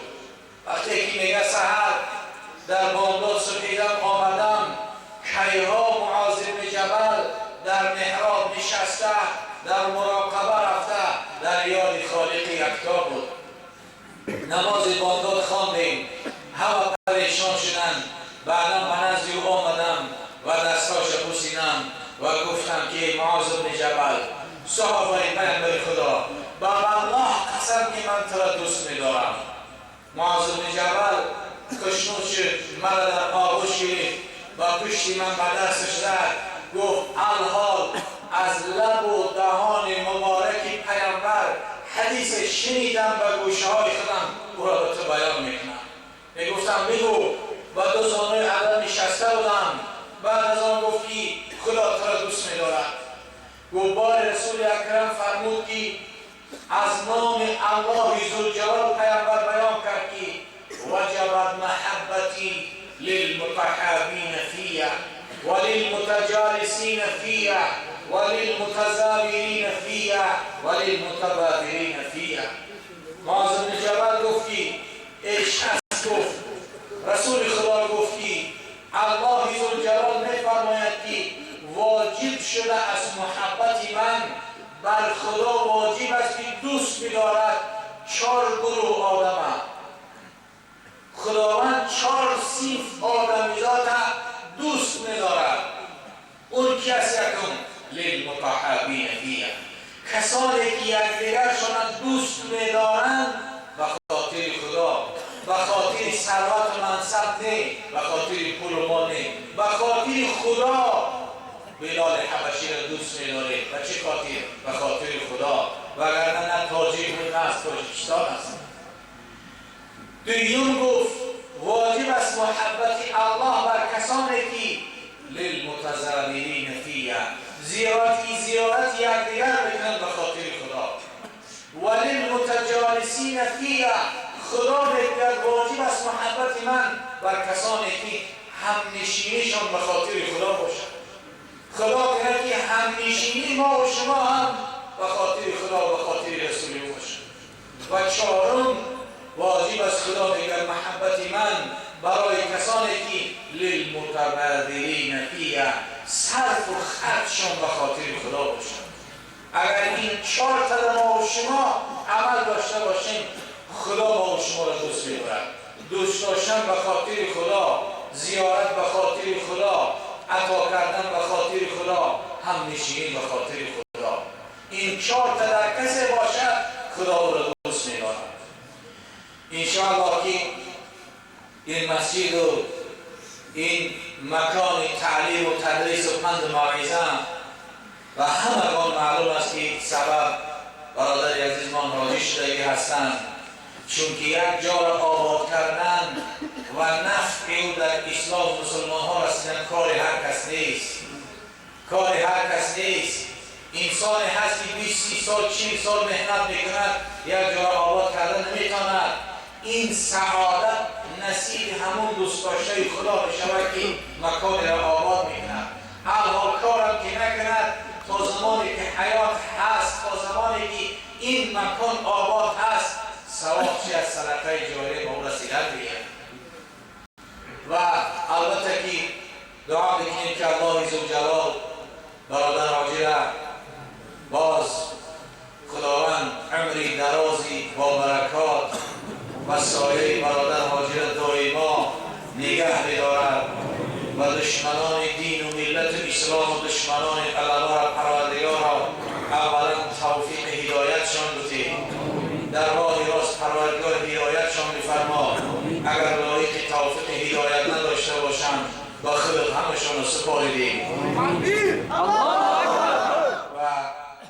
الله ذوالجلال همه ما و شما را توفیق هدایت عطا کند. الله اکبر. این مسجدی که مسجد مرکزی است در این شهر ما و شما حضور داریم و الحال برادر داملا خیزرانی که در اینجا خدمت اسلام مسلمین کرده ایستادند، انشاءالله که سخن به حضرت میدیم چند سخنی میکنند و انشاءالله در اخیر بعدا خواهشمان همین است که در اینجا حضرت مولانا حضور دارند، کسی که یک نور در قلب این مرد شریف خدا داد است که اون نور ما و شما نداریم. اون قصیده برده هست، وصف رسول الله هست، صفت رسول الله هست که خدا بر این خشنود میشد در قلب او است. عاشق خدا و عاشق رسول الله هست و اخیران دعا را حضرت مولانا میکنند، بعدا به نماز شروع میکنیم. تشکر زیاد مینداری خود من اظهار میکنم برای این استادانی که الحال برای شما موعظه ها کردند، حمد و نصیحت ها کردند. از ایشان میندار هستیم و همگی ما و شما باید که این گونه عالم ها را، این گونه پیشوا ها را دائما حرمت کنیم، احترام کنیم، به قدر اینها رسیم، زیرا که اینها یک گوهرهایی هستند که در بین ما و شما قرار دارد. دائما برای ما و شما راه هدایت نشان میدهند، راه سفر نشان میدهند، اون راه را برای ما نشان میدهند که عاقبت اون جنت است و دائما شما در حق ایشان دعا کننده باشید و ایشان احترام کنید، حرمت کنید. حضرت سعدی میگوید گر هنرمند ز اوباش جفای بیند، تا دل خویش نیازارد و درهم نشود. سنگ بدگوهر اگر کاسه زرین شکند، قدر سنگ نافزاید و زر کم نشود. اینها کسانی هستند که هنر دارند، علم دارند، مدنیت دارند. و مراجعت من برای شما پدران عزیز و برادران گرامی و دادران مهربان که اینجا حضور دارید این است که شما کوشش کننده باشید که هنرمند باشید، با علم باشید، در طلب علم کوشش کنید، سعی کنید تا که به یک مرتبه به یک جای هم شما رسید. زیرا که شما اگر در سخن حضرت سعدی خوب نظر کنید چی میگوید؟ سنگ بدگوهر اگر کاسه زرین شکند، قدر سنگ نافزاید و زر کم نشود. انسانی که هنرمند است، انسانی که علم دارد، اگر چندی که او را تحقیر میکنند، اگر چندی که او را مذمت میکنند، در کدام شرایطی که قرار داشته باشد، قدر و منزلت او بالا هست. و در آخر همه شما را و استادان گرامی را به این درگاه خوش آمدید میگویم و بار دیگر مولود رسول اکرم صلی الله علیه و سلم برای شما مبارکباد میگویم و از تمام آن کسانی که در اینجا خدمت کردند، از فراشها، از برادرانی که در اینجا جانی و مالی خدمت کردند که برادر حاج محمد علی و برادر خوشنود که پولی و چندین برادرهایی که گفتن نام ما را ذکر نکنید، اونها و این برادرانی که نظارتچی های بازرسی دولتی اتومبیلی و این شعبه کارهای داخلی و امنیت شهر و حکومت شهر که برای ما اینقدر شرایط فراهم آوردند و دستگیری کردند تا این معرکه را ما گذرانیم، از همه اینها میندار هستیم و در حق ایشان دعا میکنیم که خداوند در کار کس شما برکت و هدایت و توفیق خدا نصیب و روزشان گرداند. و از همه شما هم میندار هستم که شما در اینجا اشتراک کرده و موعظه های ما را به یک آرامی و و یک آبادی گوش کردید و در آخر از همه اینها از پروردگار طلب میکنیم که خداوند به همه آن کسانی که اشتراک کردن علم نافع و رزق حلال و توفیق از پروردگار خواهانم. ربنا آتنا فی الدنیا حسنه و فی الاخره حسنه و قنا عذاب النار برحمتک یا ارحم الراحمین. اول مولانا در حق شما دعا کنند بعد انجام هستیم.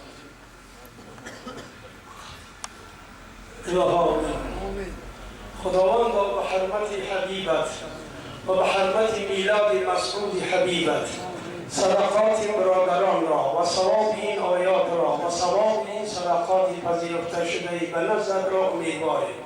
به حق همه انبیای کرامی و علیهم الصلاة و السلام، خصوصا به روح مبارک حضرت محمد مصطفی صلی الله علیه و سلم و بعدا به روحانیت همه اصحاب کرامی و علیهم اجمعین و بعدا به روحانیت تابعین و صالحین و بعدا به روحانیت مجتهدین و اولیاء و صالحین و بعدا به روحانیت پدر و مادر و گذشتگان کسانی که در این مجلس خیر دستیاری دراز کردند، از جمله علماها ممکن امر معروف کردن، نهی منکر کردن، خصوصا به روحانیت پدر و مادر و باباهای گذشتگانی که همه در این مسجد حضور دارند.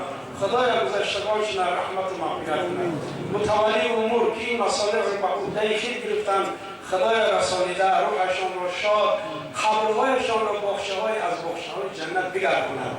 پروردگار را در این مسجد از فراش سر کرده تا دامنه‌ها پیشواهای عزیز پروردگار که محنت کردن و این مجلس خیر پروردگار آماده کردن، این محلداری ها و وکیلداری ها، خدا گذشتگانشون را رحمت و مغفرت کنه.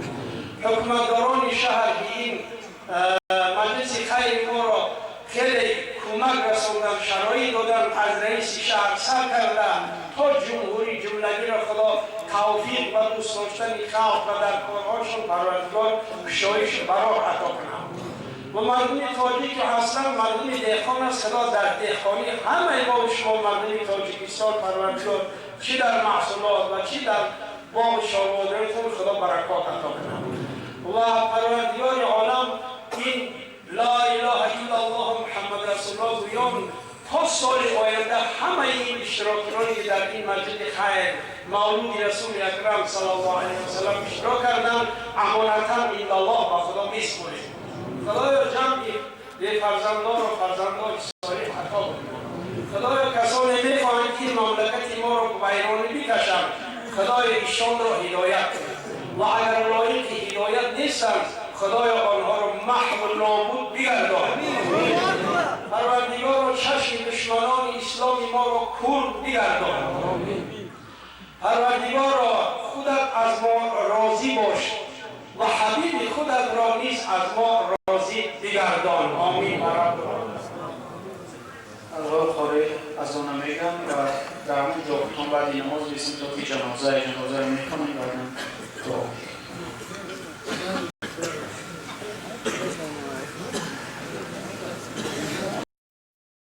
بسم الله الرحمن الرحيم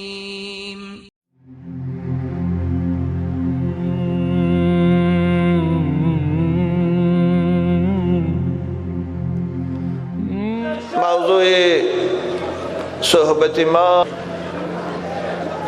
مقام رسول خدا در روز قیامت که آن مقام محمودی نام دارد. عزیزان من، در این باب صحبت است. امروز صدای خداوند به گوش تمام مردم قیامت میرسد، میگوید انا الله لا اله الا انا ارحم الراحمین و احکم الحاکمین و اسرع الحاسبین. امروز حکومت به دست من است، امروز فرمانده منم.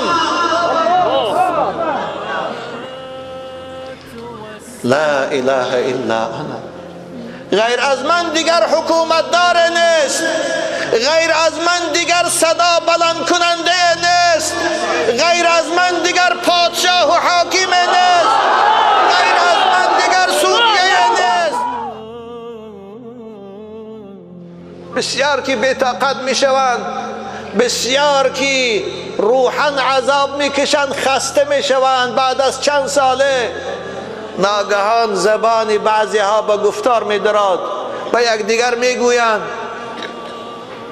این سختی روز دیدید، این دهشت دیدید، بیا یک کار کنیم پیش یک شخص رویم ما را از این سختی و دهشت نجات دهد. پیش یک شخص رویم به پروردگار واسطه شود ما را از این سختی خلاص کند. الصلاة والسلام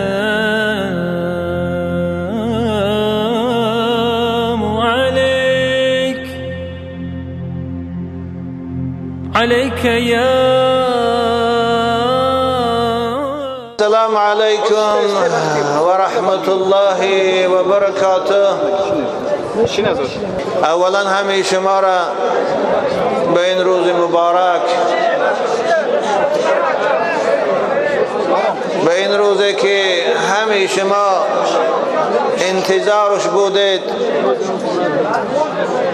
روز مولد پیغمبر بزرگوار و جشن با سعادت این آفتاب تابان رسالت، خوش آمدید میگویم و از خداوند مهربان پروردگار در این دنیا با همه ما و شما عاشقان محمد و خاندان محمد و یاران محمد توفیق بندگی و عمر دراز و تن صحت و رزق فراخ و پیروی از سنت پیغمبر بزرگوار و دفاع از شریعت او نصیب سازد و در روز قیامت همه ما و شما را به شفاعت این پیغمبر بزرگوار و این محبوب خداوند داخل جنت بگرداند.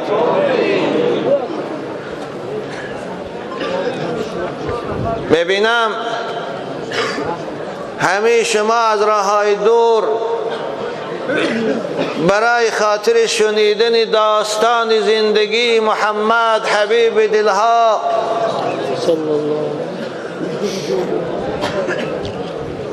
راه طی کرده، زحمت کشیده به اینجا تشریف آوردید و این خود نشانی عشق شما با پیغمبر بزرگوار و این خود نشانی دوستداری شما با این آفتاب تابان رسالت است.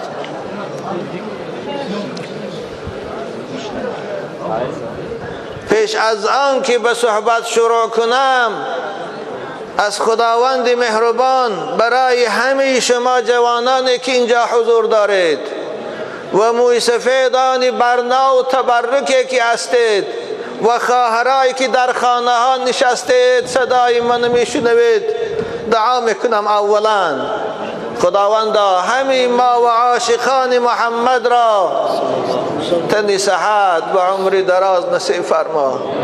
خدایا به فرزندای اینها را تو قادر و توانای فرزند صالح نصیب گردان. خداوندا زندانیای اینها را از زندانها خلاص گردان. خداوندا تاجرای اینها را در تجارتاشان و دهقاناشان در دهقانی‌هاشان برکت عطا فرما. خدایا مسافران اینها را و این چنین مسافران عاشقان مدرسه محمدی را که دور از دیار امروز همراه با ما هستند، با عشق خود، با دل خود، با روح خود، با جان خود، خدای اونها را در مسافرت ها سلامت دار و بعد از انجام سفر با رزق فراخ به خاندانشان سالم بازگردان. خدایا در تمام عالم اسلامی و خصوصا در این جمهوری ما فیض و برکات نازل گردان. اختلاف و ناآرامی ها را خدای از جمهوری ما همیشگی برداشته گردان و وحدت و دوستی و صلح و صلاح و یکدیگر فهمی و آزادی دینی برای مردم مسلمان ما و خصوصا حکومت دارای ما توفیق بندگی نصیب فرما. آمین یا رب العالمین. موضوع صحبت ما مقام رسول خدا در روز قیامت که آن مقام محمودی نام دارد. عزیزان من، در این باب صحبت است امروز.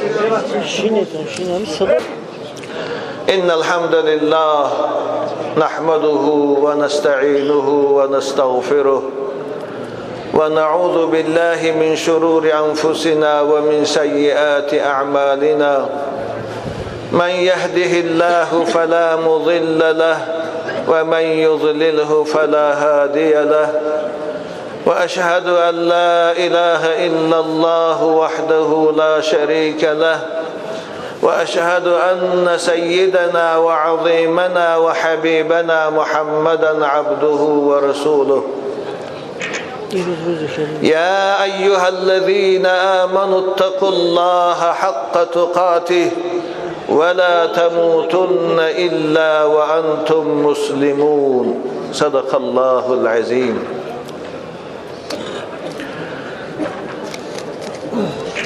پیغمبر بزرگوار محمد ابن عبدالله صلی الله علیه و سلم در سال فیل در شهر مکی مکرمه که مرکز تجاری حجاز بود، در ماه ربیع الاول در فصل بهار سال 570 میلادی به دنیا آمدند. این مختصر ترجمه حالشان است.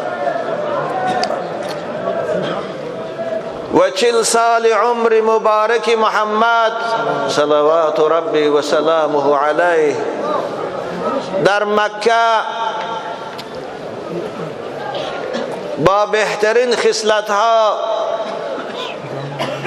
و خوبی‌ها سپری شد، حتی به آن حد این پیغمبر بزرگوار خوش اخلاق و با آداب و مهربان و دلسوز جوان مرد و سخاوت پیشه بود که تمام مردم مکه، چی مرد و چی زن، چی کلانسال و چی نوجوان او را دوست می داشتند و براش احترام قائل بودند. وقتی که سن مبارک این پیغمبر به 40 سالگی رسید، چون گل زیبای شکفتن گرفت و بوی عطرآگین او شهر مکه را از خوش اخلاقیش و با آدابش و پاکیزه رفتاریش خوشبوی ساخته بود، خداوند برای سعادت جامعه بشری و خصوصا برای ما و شما امت آخر زمان این جوان خوش اخلاق و مهربان و دلسوز و جوان مرد را به پیغمبری برگزید.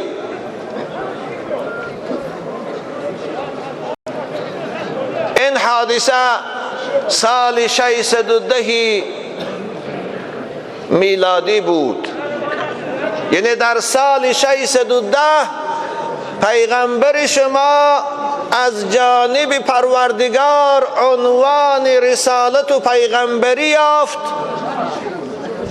و ما و شما بندگان خدا را به سوی شعار لا اله الا الله دعوت کرد.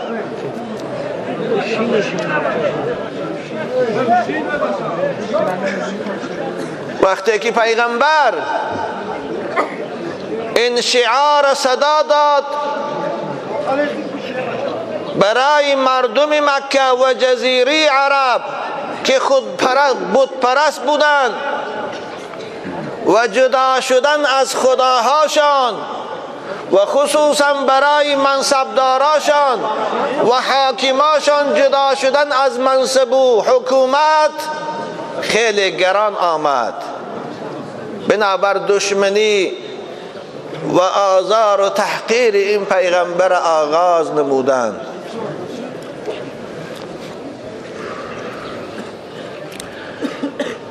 سینزده سال عمر مبارک ایشان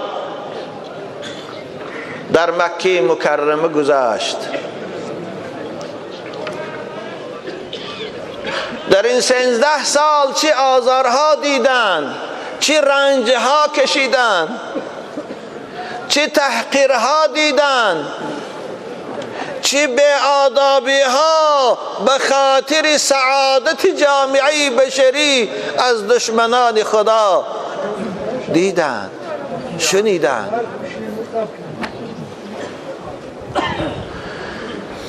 به همه اینها صبر کردند.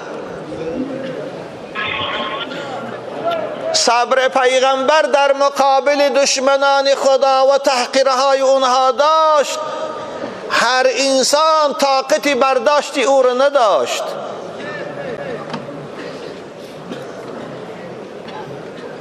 و برای این بی‌آداب‌ها دعای خیر میکرد. اللهم اهد قومی فانهم لا یعلمون.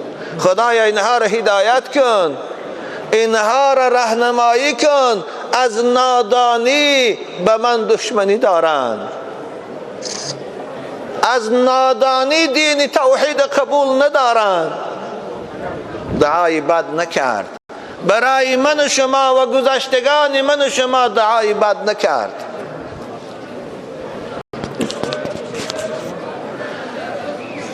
سینزده سال سپری شد. رسول خدا صلی الله علیه و سلم بعد از صادر شدن فرمان الهی برای هجرت به مدینه منوره آمدند که در این باب صحبت‌های زیاد سالهای پیشین شدگی است و 10 سال عمر خود در مدینه گذراندند و در مدینه اولین دولت اسلامی خدا که امروز دشمنان خدا میخواهند او را از بین برند و اولین بیرق سبز که شعارش لا اله الا الله بود تأسیس دادند.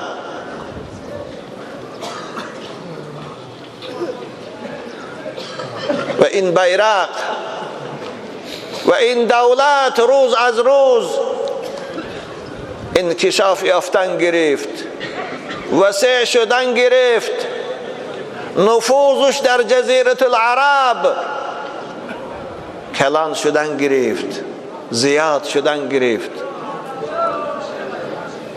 خلاصه وقتی که قبیله های عرب و شهر مکه که مرکز کفر و بت پرستی بود به ایمان مشرف شد، رسول بزرگوار وظیفه خدا به نحوی احسن و خوب ادا کردند و نهال توحید شناندند و این نهال در زمین ریشه گرفت، مستحکم شد و نوده های او به گوش و کنار و اطراف عالم دمیدن گرفت، دویدن گرفت. خداوند حبیب خودشا در سن 63 سالگی به جانب خود دعوت کرد و به رفیق اعلا پیوست.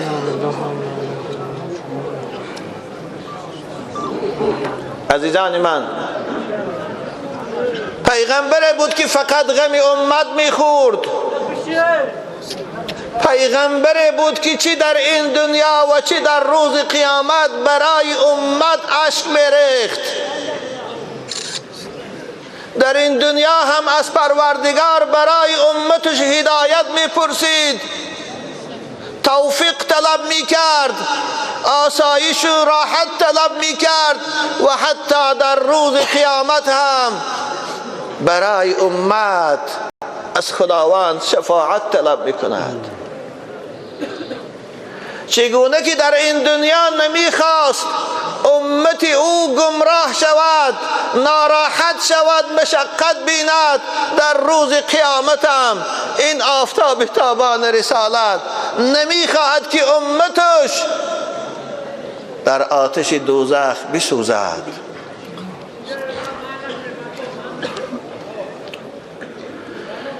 یا الله،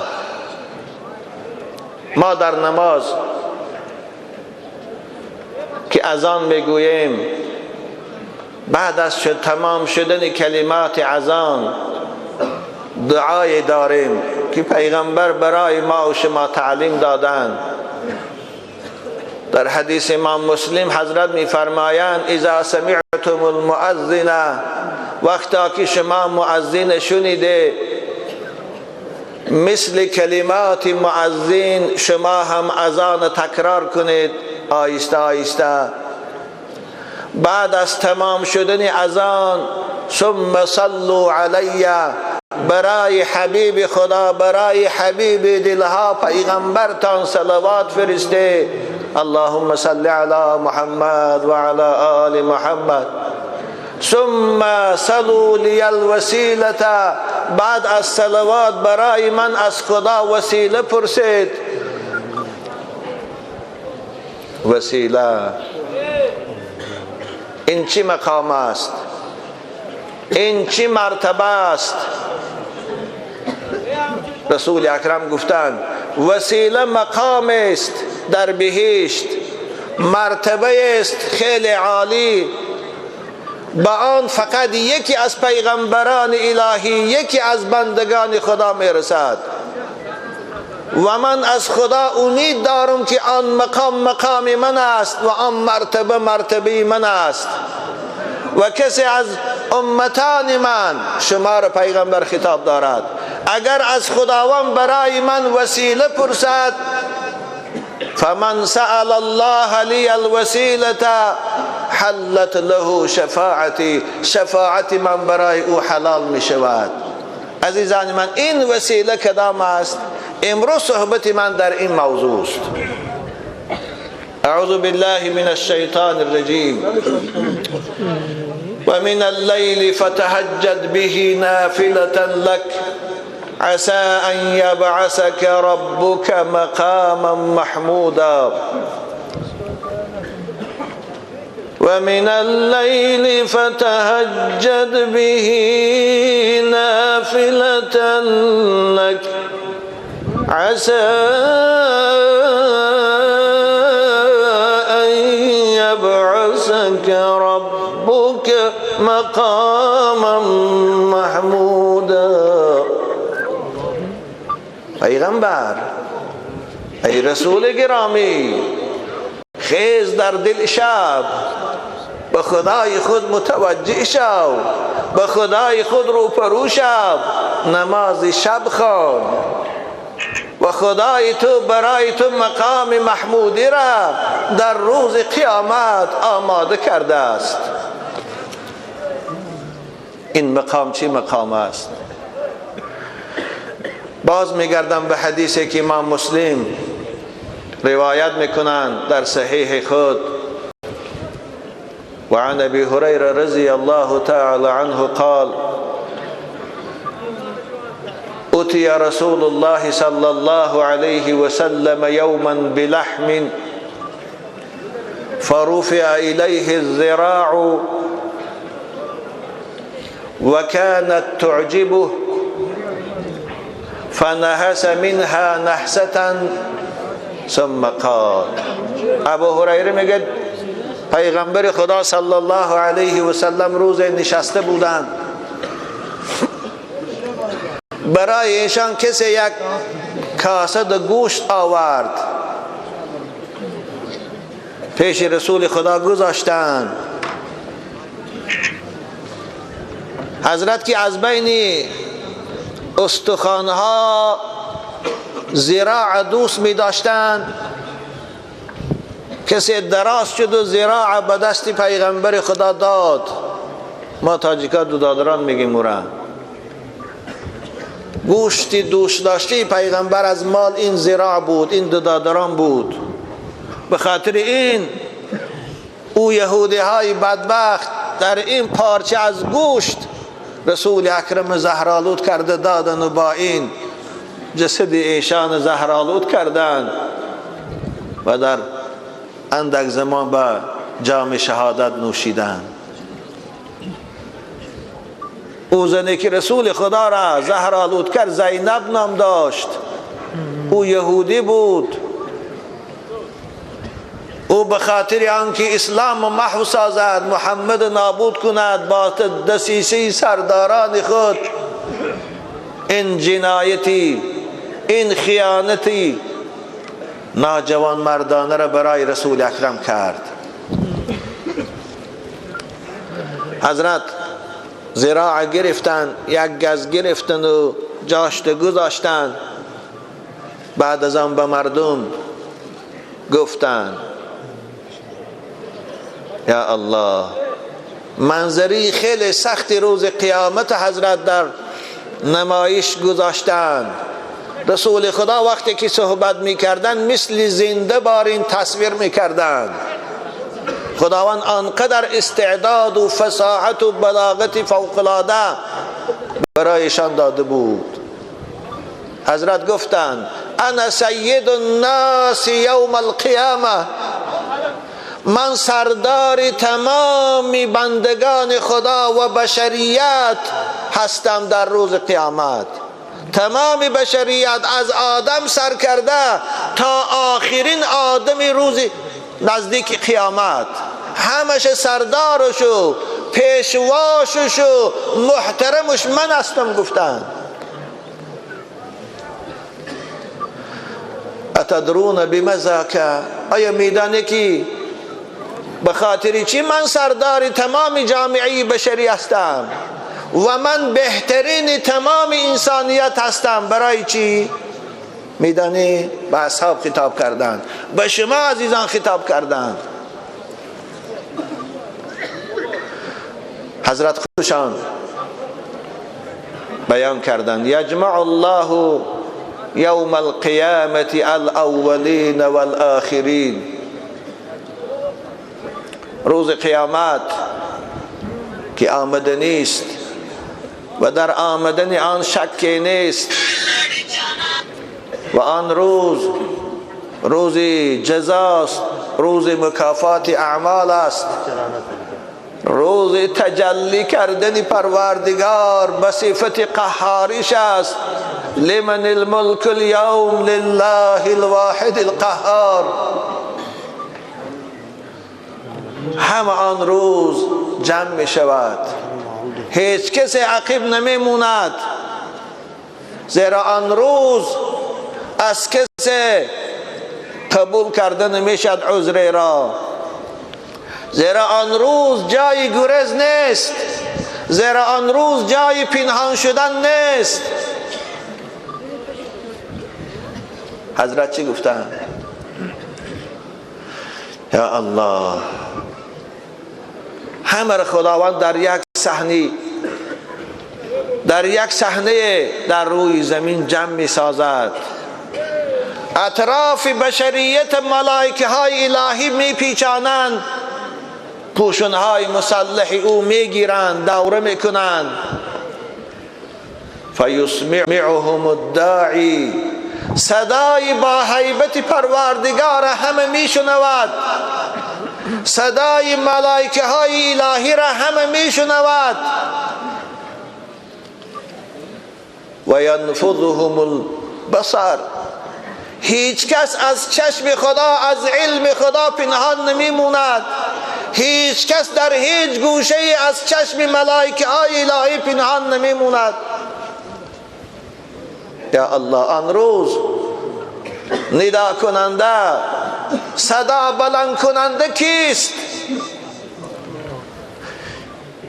حدیث ابوالقاسم ابن منده رحمه الله میارد از معاذ جبل رضی الله تعالی عنه داعی را برای ما معلوم می سازد. وعن معاذ بن جبل رضي الله تعالى عنه قال قال رسول الله صلى الله عليه وسلم إن الله تبارك وتعالى ينادي يوم القيامة بصوت رفيع غير فظيع. خداوند خودش با آواز خیلی بلنده که تمام صحن قیامت میشنود ندا میکند. احتیاج به بلندگویک ها نیست، احتیاج به این میکروفون ها نیست. صدای خداوند به گوش تمام مردم قیامت میرسد. میگوید انا الله لا اله الا انا ارحم الراحمین و احکم الحاکمین و اسرع الحاسبین. امروز حکومت به دست من است، امروز فرمانده منم. لا اله الا انا. غیر از من دیگر حکومت دار نیست، غیر از من دیگر صدا بلند کننده نیست، غیر از من دیگر پادشاه و حاکم نیست، غیر از من دیگر سوریه نیست. انا الله لا اله الا انا. آن روز پرزیدنت ها هم خاموشند، آن روز متکبران همه خاموشند، آن روز مفتشا همه خاموشند، آن روز سودیه ها و پروکرارها همه خاموشند، دهشت زدند. لا اله الا انا. خداوند میگه فقط من هستم حاکم، فرمان فرمانی من است. ارحم الراحمین. این خدای ببین باز تسلی میده بندگانشان. شما ناامید نشوید، من بهترین و مهربانترین بندگانم هستم. من برای بندگان و مهربانم، من برای شما از پدر و مادر مهربانم، من به کسی ظلم نمی کنم. ارحم الراحمین و احکم الحاکمین. من حکم میبرارم، حکم عادلانه میبرارم، من حکمی صادقانه میبرارم، من حاکم ترین حکم کننده هستم. به شما ظلم نمی کنم، احتیاجی به رشوه شما ندارم، احتیاجی به تحفه شما ندارم، احتیاجی به طرفداری شما ندارم. و اسرع الحاسبین. شما را من زود عمر گذرانگی تان ده حسابات میگیرم. یا الله. اسرع الحاسبین. بولش در پشتی ببینیم. من این عمری گذرانیدی شما را از آدم سر کرده تا آخرین انسان حسابات بگیرم، اما در یک لحظه کوتاه همش تمام میکنم. و هو اسرع الحاسبین. یا عبادی لا خوف علیکم اليوم ولا انتم تحزنون. بندگان من، شما امروز نترسید، شما امروز غمگین نشوید. قسم به عظمتی و جلالم ذره امروز به شما ظلم نمی شود. یا الله. فرمان دوم خداوند صادر میشه برای قوه های مسلحش یا ملائکتی یا ملائکتی اقیموا عبادی صفوفا على اطراف انامل اقدامهم یوم للحساب. یا الله اینش دهشت است. یا ملائکتی اقیموا عبادی صفوفا على اطراف انامل اقدامهم للحساب. ای ملائکه های من، ای مفتشا، بنده های من همشه راست خیزانید،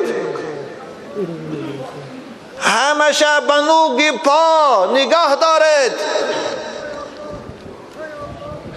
چه روزی دهشت است. بنوگی انگشتا میستیم، شاید سالها مفتشای خدا پار زمین موندن نمیگذارند، ششتن نمیگذارند.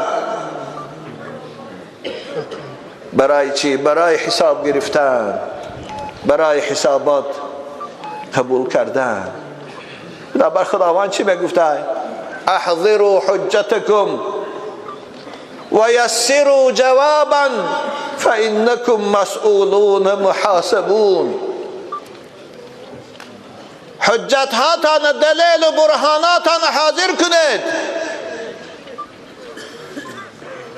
دنیا دعوای ایمانداری میکردی، حجت ایمانداری تیار کن و برای سؤال من جوابات آماده کن. زیرا که الان شما پرسیده میشوید، الان مرافعه سودی شروع میشود، شما حسابات میدهید. یا الله چی دشوار است آن روز حسابات دادن.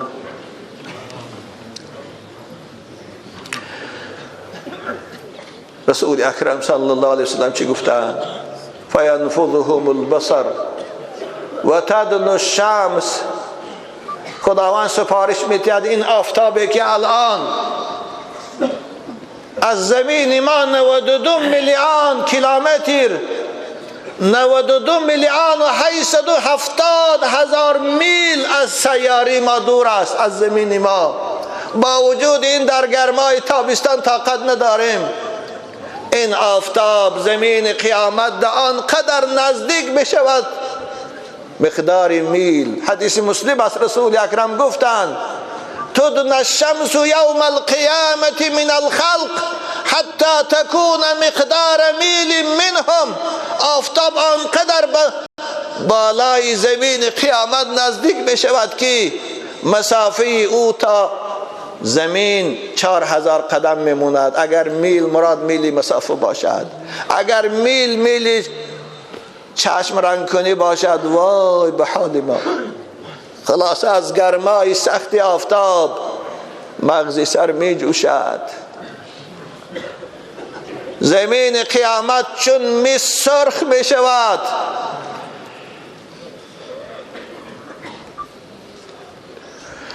یا الله عرق ریز خجالت ها بود هر بنده عاصی. بگوید کاش در دنیا نمیزادی مرا مادر. چگونه که در حبس خانه میغلطیم، چقدر ندامت میکنیم که کاش که همین کار نمی کردم، کاش که از مادر به دنیا نمی آمدم و این حال نمی دیدم. مانند این آن روز هم بندگانی که در این دنیا نافرمانی خدا کردند، بندگانی که در این دنیا از فرمان شریعت روی تافتند، خجالت میکشند، فریاد میبرارند، میگویند کاش که از مادر به دنیا نمی آمدم. و تدنو الشمس من رؤوس العباد. حضرت مولوی خدا رحمت کنه به نظم درارد این لحظه دهشتناک قیامت. حضرت میفرماید قدی نیزه فراید قرص خورشید، قدی نیزه فراید قرص خورشید، بلرزد این سجان از وهم و چنبید. یا الله اون وقت زانتیک نداریم، اون وقت سایبان نداریم، سایبان هم باشد میسوزد. آن روز این خنک کنک ها نیست، شمال برک ها نیست. قدی نیزه فراید قرصی خورشید، بلرزد این سجان از وهم و چنبید. به نفسی خود شود هر کس گرفتار، غمی جان میخورد فارغ ز اغیار. هر کس غم خود میخورد، کسی برای کسی پروا نمیکنه. چگونه در حالت بمبارانی در این دنیا مادر فرزندش میپرتا میگریزد و پدر پسرش، آن روز هم تو روز است. به نفسی خود شود هر کس گرفتار، غمی جان میخورد فارغ ز اغیار. برادرها گریزند از برادر، پسرها در گریز آیند ز مادر. گریزد از پدر فرزند شیرین، گریزد از پدر فرزند شیرین. عمارت کن به طاعت خانه دین. فرزندایی که امروز برای ویا شما نمازاتان قضا میکنه، بلکه اکثر شما برای فرزند و زن و دخترتان نمازم نمیخوانه، از قفای کار و باریا چی دیگه جمع کنم گفته. برای اونها حتی حرام و حلال فرق نمیکنه. آن روز از شما میگریزند، آن روز شما را نگاه نمیکند. گریزد زن ز مرد و مرد از زن، گریزد زن ز مرد و مرد از زن. ز وهمی روز سخت و تاب گلخن.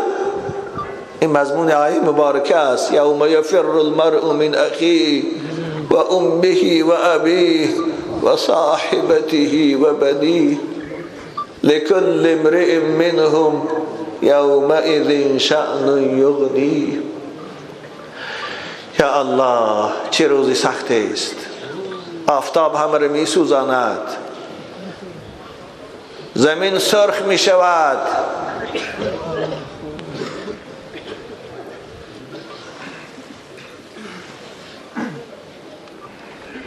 چند سال هم تو می ایستد،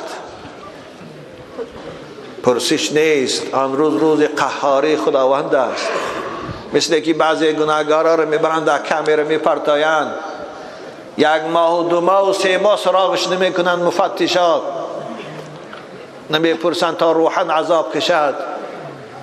آن روز خداوندم بندگان خدا همشه به عتاب میگیرد. یا الله. فيقول بعض الناس لبعض ألا تدرون ما أنتم فيه ألا تدرون ما قد بلغكم ألا تنظرون من يشفع إلى ربكم. بسیار که بی‌طاقت میشوند، بسیار که روحاً عذاب میکشند، خسته میشوند. بعد از چند ساله ناگهان زبان بعضی ها به گفتار میدرد، به یک دیگر میگویند این سختی روز دیدید، این دهشت دیدید، بیا یک کار کنیم پیش یک شخص رویم ما را از این سختی و دهشت نجات دهد. پیش یک شخص رویم به پروردگار واسطه شود ما را از این سختی خلاص کند. یا الله. فیقول بعض الناس لبعض ایتوا آدم. ناگهان صدای کسی بلند میشد، میگفت است ای بندگان خدا، آخر اولین پیغمبرها آدم بود، بیای پیش آدم رویم او را واسطه قرار دهیم به پروردگار براد ما را از این دهشت و عذاب خلاص کند. آخر حسابات ما را شروع کند، مرافعی سودی ما را سر کند. یا الله آن روز کی غیرت میکند؟ پیشگاه پروردگار براد. چگونه در این دنیا پیشگاه پرزیدنت ها رفتند غیرت نمیکنند؟ حاکمای ما که مثل خوشان یک انسانی ضعیف است، مثل خوشان مثل حسنی مبارک بارین 2 روز پس لاتینا در کار پیش همونها رفتن غیرت نمیکنند، از همونها پرسیدن جرأت نمیکنند، پیش خالق آسمان و زمین ده میشود کسی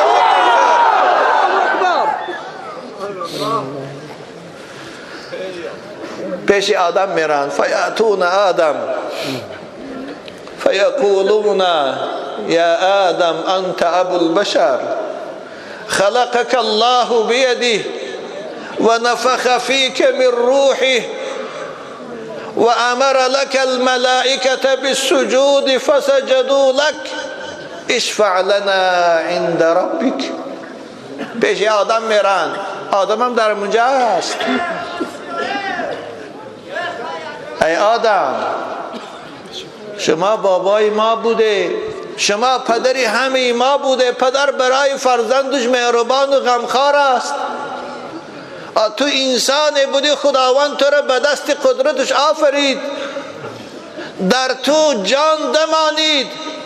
به خاطر حرمتی که داشتی ملائکه هاش امری به سجده کردن تو کرد. ملائکه ها تو را سجده کردند، تو را تعظیم کردند. الان ما محتاجیم. ای آدم، ای پدر بزرگوار، بیا پیشگاه خدا را ما را شفاعت کن، از این سختی خلاص کن. اشفع لنا عند ربک. یا الله، ببین آدم چی میگوید؟ حضرت آدم علیه السلام چی میگوید؟ ان ربی غضب اليوم غضبا لم یغضب قبله مثله ولن یغضب بعده مثله. امروز من نمیتونم شما را یاردم کنم فرزندان عزیزم، زیرا امروز خداوند به صفت قهاری و جباریش تجلی کرده است. امروز او غضب دارد که هرگز با این غضب تجلی نکرده بود و من بعدم نمی کند. من غیرتی به او روپرو شدن ندارم. وای به حال انسان آن روز، وقتی که آدم صفی الله نمیتواند شفاعت کند.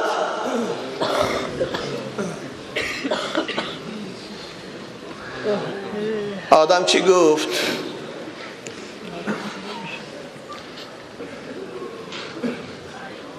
من نمیتوانم شما را شفاعت کنم، من نمیتوانم واسطه شوم، زیرا انه نهانی عن شجره فعصیته نفسی نفسی. او من سپارش داده بود که به این درخت در بهشت نزدیک نشو، اما من خم کنترل کرده نتانستم و به این درخت منهی نزدیک شدم. خم در پیشگاه پروردگارم خجالت و شرمنده کردم. من چگونه با این خجالت و شرمندگی به او روپرو شوم؟ اذهبوا الى غیری، روید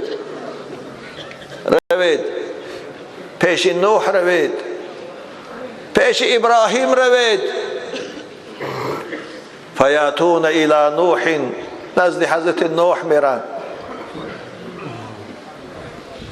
فیقولون یا نوح انت اول الرسل الى الخلق وسماك ربك عبدا شكورا اشفع لنا عند ربك الا ترى الى ما نحن فيه الا ترى الى ما قد بلغنا.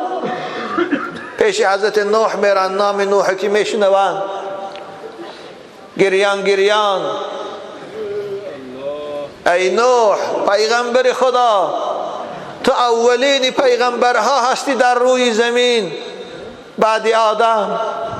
خداوند تو را دوست می داشت، تو را عبدن شکور گفته صفت کرد. آخر ببین ما چی حالی سخت داریم، ببین ما چی عذاب ده گرفتاریم. آخر ما را خلاص کن، پیشگاه پروردگار رو درو ما را شفاعت کن. یا الله. نوح چی میگه؟ فیقول نوح یا الله. نوح پیغمبر مرسل چی میگوید؟ ان ربی غضب اليوم غضبا لم يغضب قبله مثله ولن يغضب بعده مثله انه كانت لي دعوة فدعوتها على قومي نفسی نفسی. یا الله. حضرت نوح میگوید عزیزان من نمیتونم پیشگاه پروردگار خود روم، من خود خجالت و شرمنده هم. زیرا که خداوند برای هر پیغمبر یک دعای اجابت میشدگی داده بود و من این دعای اجابت میشدگی را برای قوم خود امت خود کردم و امت ما هلاک ساختم با طوفان و من خجالتم چگونه پیشگاه پروردگار روم. من خود میترسم که آیا جان خودم در عذاب نباشد، آیا جان خودم پگم مستحق دوزخ نشود. من میترسم. نفسی نفسی. به نفس خود شود هر کس گرفتار، غمی جان میخورد فارغ ز اغیار. یا الله. ائتوا الی ابراهیم. پیش ابراهیم روید. خلاصه پیش ابراهیم میرن. از ابراهیم علیه السلام شفاعت میپرسند. ابراهیم هم رد میکند، میگه من نمیتونم شفاعت کنم، زیرا من در پیشگاه خدای خود 3 بار دروغ گفتم، از این دروغ هم خجالتم. ببین ابراهیم به خاطر 3 دروغش خجالت است، ما هر روز دروغ میگوییم، چطور خجالت نمیشیم؟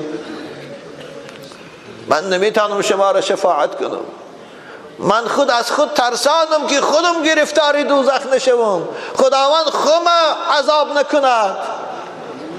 به پیش موسی روید. پیش موسی میرن. حضرت موسی علیه السلام میگویند موسی تو پیغمبر خدا هستی، فضلک الله بالرساله و بتکلیمه علی الناس. با تو به واسطه سخن میگفت، تو خیلی نزدیکی به خدا داری، از بین دیگر انسان ها ما را شفاعت کن، واسطه شو ما را مرافعه ما شروع شود، زودتر از این خلاص شویم، یا این طرف و یا آن طرف. اما حضرت موسی چی میگوید؟ فیقول موسی ان ربی غضب اليوم غضبا لم یغضب قبله مثله ولن یغضب بعده مثله و انی قتلت نفسا لم اومر بقتلها نفسی نفسی. امروز پروردگار آنقدر در حالت غضب تجلی کرده است که هرگز این حالت برای او نبود و من بعد هم نمی شود. من می ترسم، زیرا من در دنیا یک شپاتی یک کسی را زدم، به خاطر ادب گیرد گفته او مرد، افتید و غلطید و مرد. من یک بنده بیگناه را کشتم، من در پیشگاه خدا جوابی وی چطور میتیم؟ من خود جنایتکار هستم، چطور جواب تیم؟ من چطور شما را شفاعت کنم؟ سوره قصص حکایشن به یاد بیارن. وقتی که به خاطر یک آدم که حضرت موسی به خاطر جدا کردن و ادب آموزاندن یک شپلاک زده بود، یک شپاتی زده بود که او افتید و مرد، او دست پیغمبر بود. برای یک آدم اینقدر موسی ترسی از خدا دارد، با وجود پیغمبریش و با وجودی که به خدا به واسطه صحبت میکرد، وای به حال آدم کشا، وای به حال مفتشا، وای به حال دوبین که به دستا، وای به حال ریشتراشا. بندگان خدا را از راه می قپا میبرن، ریشاشانو میتراشن. اینا چی تو میکرده باشن؟ موسی که پیغمبر بود به خاطر یک شب پاتی این قصد دهشت میخورد، اینها چی تو میکرده باشن؟ چی جواب میداده باشن؟ نفسی نفسی. من خود نمیدانم چی کار کنم. کاش که خدا جان خدا از عذاب امروز خلاص میکردم. من به شما دست یاری دراز کرده نمیتونم، لیکن پیش عیسی روید. اذهبوا الى عیسی فانه روح الله. پیش عیسی روید، او پیغمبر خداست. پیش عیسی میرن، همون عیسی که امروز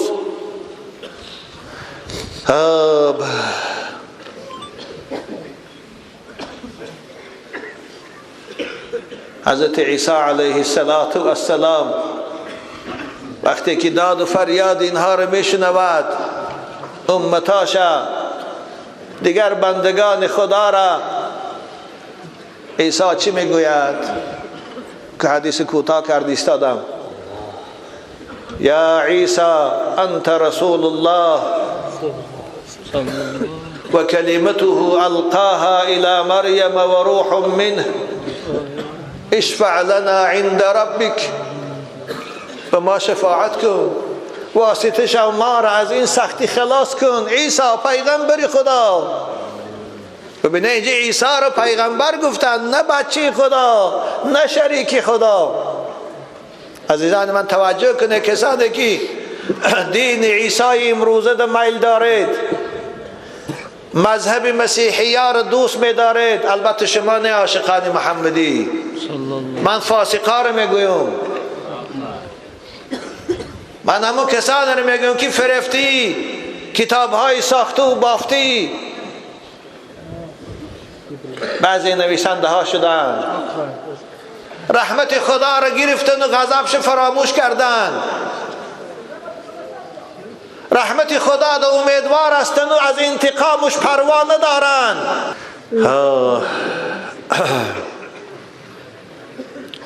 حضرت عیسی چی میگه؟ من نمیتونم شما را شفاعت کنم. برای چی؟ ببینه جواب عیسی برای چیست؟ این اتخذت مع امی الهین من دون الله نفسی نفسی. آخر در دنیای پیروان من از روی گمراهی من همراه مادرم شریک خدا اعتقاد کردند، ما را شریک خدا گفته پرستش کردن و در پیش من سجده کردند، من در پیشگاه خدا خجالت کردند. من شرمنده ام، چگونه شفاعت کنم؟ اعوذ بالله من الشیطان الرجیم. وإذ قال الله يا عيسى ابن مريم أنت قلت للناس اتخذوني وأمي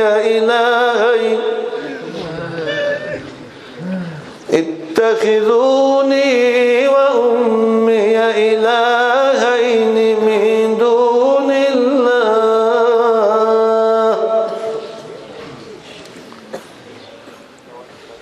حضرت عیسی را خدا میخیزانده است.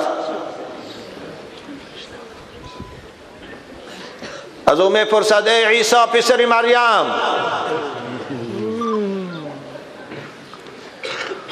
آیا تو خود این پیروات امر کردی که من همراه مادرم همچون معبود پرستش کنید؟ آیا خود اینها را امر کردی که من شریک خدا دانید همراه مادرم؟ ببینه این صدا وقتی که از خدا میبرد، از آفریدگار و از الله رب العالمین میبرد، عیسی چی دهشت فراش میگیرد. ببینه یک خوب نمیگم، اینا رو قیاس نمیکنم که حیف منبر رسول اکرم که نام رو یاد گیرم. حضرت عیسی میلرزند، حضرت عیسی را لرزه فرا میگیرد، نمیداند چی جواب گوید. خدای مهربان باز در زبانش این الهام می اندازد، میگوید سبحانک، پروردگارا تو پاک هستی و بی عیب، من این سخنها را نگفتم، من اینها را نگفتم که من سجده کنه، من اینها را نگفتم که من همراهی مادرم شریک خدا دانید، من نگفتم. خدایا تو خودت میدانی، هرچی که من گفتم تو میدانی، هرچی من کردم تو میدانی، همچی در سری من پنهانیم بود تو میدانی، هیچی از تو پوشیده نیست.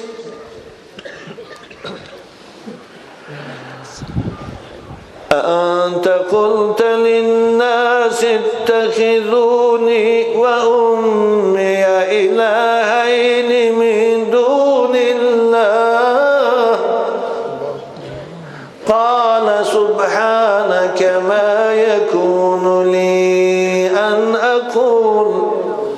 أن أقول ما ليس لي بحق إن كنت قلته فقد علمته تعلم ما في نفسي ولا أعلم ما في نفسك إنك أنت علام الغيوب. عيسى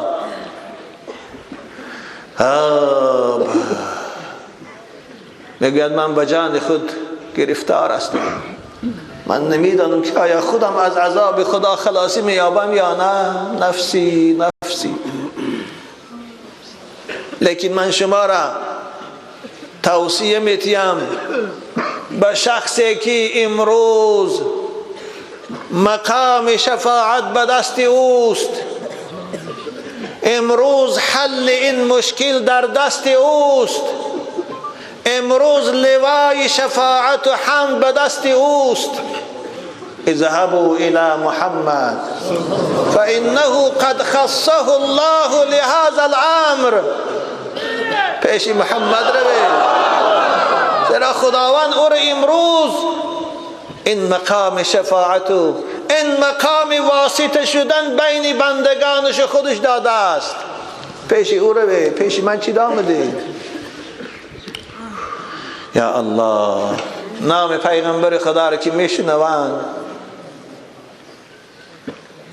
همه شتابان به سوی رسول اکرم صلی الله علیه و سلم میروند. فیاتون محمدا فیقولون یا محمد انت رسول الله و خاتم الانبیاء. روایت مسلم است.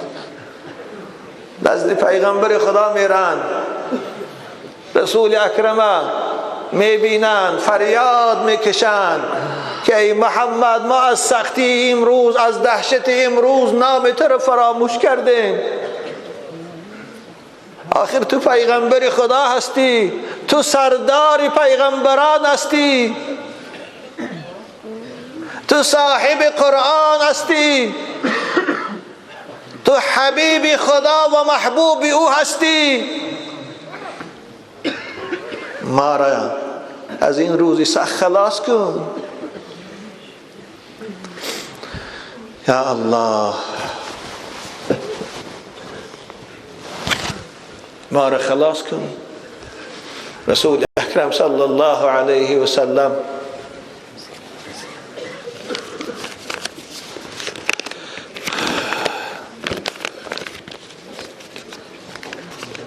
میخوام این نظمی حضرت مولوی رو برای شما خوانم، انشاءالله دوامش بعد میگویم. این حدیث پره حضرت مولوی به نظم در آوردگی از حدیث مسلمه. روند گریان به پیش حضرت نوح، به امید شود این عقد مفتوح. شفاعت کن که ما در ماندگانیم، شفاعت کن که ما درماندگانیم به میزان قیامت عاصیانیم روان یک یک به نزدی انبیاها روان یک یک به نزدی انبیاها به درد خیش جویانی دواها بسازد هر یک اظهار خجلت نسازد عاصی امت را شفاعت بسازد هر یک اظهار خجلت نسازد عاصی امت را شفاعت بگوید حضرت عیسی پیامبر روید ای عاصیان در نزد سرور محمد را شفاعت خواه کردن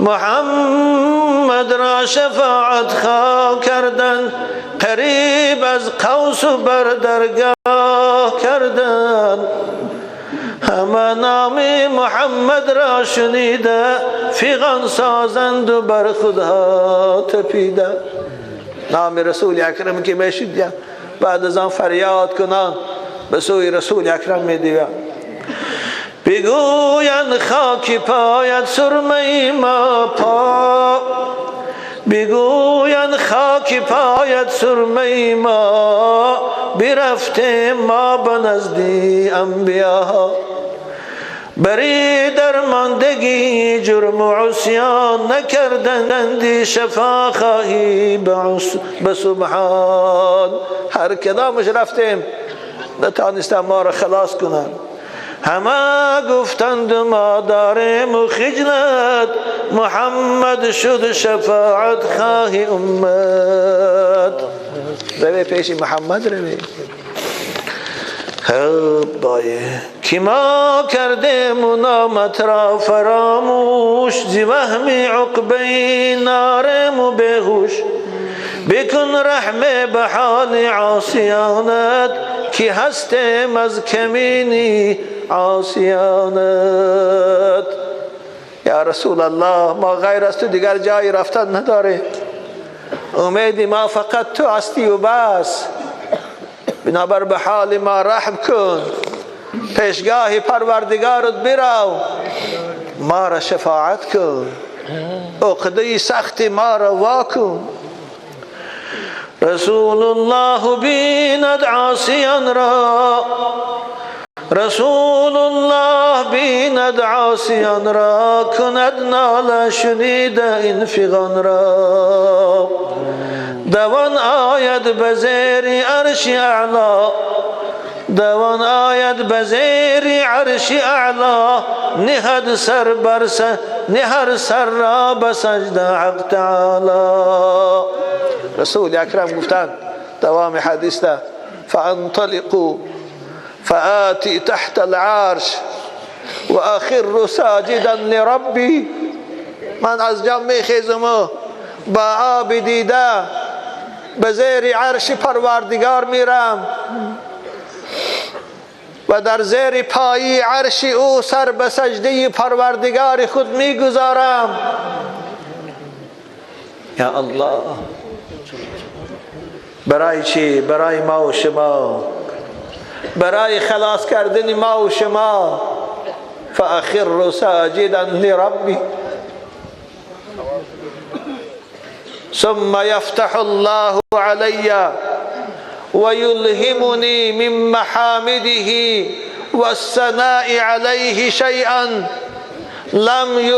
لم يفتح لأحد قبلی رسول اکرم گفتند وقتی که سر به سجده میگذارم خداوند میگه به زبان من کلمات را در مدح و ثنای خود پروردگار آورد که هرگز این مدح و ثنا را این ستایش و وصف به زبان هیچ پیغمبر نآورده بود یا الله پروردگار مدح و ثناش میگوید بعد از آن آب دیده میکند قال الله تعالى يا محمد ارفع رأسك واشفع تشفع واسأل تعطى در این لحظه پروردگار صدا می برارد، میگوید حبیبی من محمد سر از سجده بردار و هر چی میخواهی از من بپرس و هر سؤال داری بکن. حبیبی من برای چی سر در سجده موندی؟ برای چی اشک چشمی خود میریزی؟ یا الله. رسول اکرم میگوید فارفع رأسی فاقول یا ربی امتی امتی، سر از سجده میبردارم و میگویم خدایا امتی من در عرصات قیامت های، خدایا امتی من از گرمای سختی قیامت سراشان می جوشد، پاهاشان می جوشد، می سوزد. امتی امتی. الهی از تو می خواهم، الهی از تو می خواهم گناهی عاصی امت را، الهی از تو می خواهم گناهی عاصی امت را، بکن آسان به این درماندگان رنج قیامت را. الله اکبر. بکن آسان به این درماندگان رنج قیامت را. گذشتم از پدر از مادری خود از بری امت، گذشتم از پدر از مادری خود از بری امت، تو هم بگذر الها جرم این اهل ندامت را. این مناجات رسول اکرم های که حضرت مولوی خدا رحمت کنه به نظم در آوردیم. خدایا من به خاطر امت پروای پدر و مادر نکردم، خدایا من برای این امت چقدر زحمت و رنج کشیدم، خدایا این روز تو اونها را عذاب میکنی. جانت فدایت یا رسول الله صلی الله علیه و یا الله. خدایا تو اونها را عذاب میکنی. این رنج و زحمت های من کجا شد؟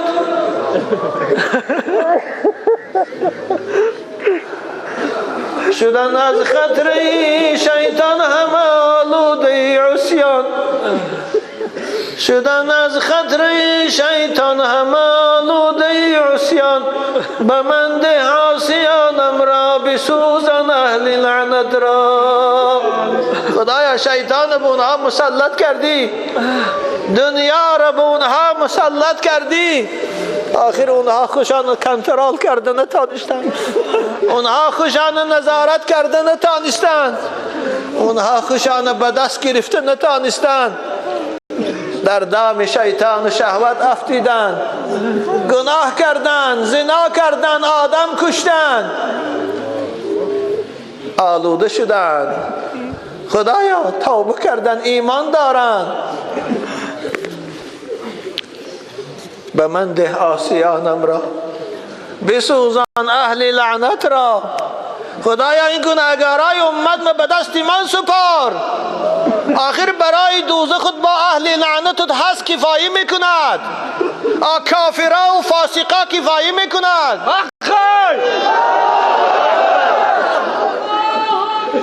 دشمنای دینت بسیارن، همونها دوزخ پر میکند.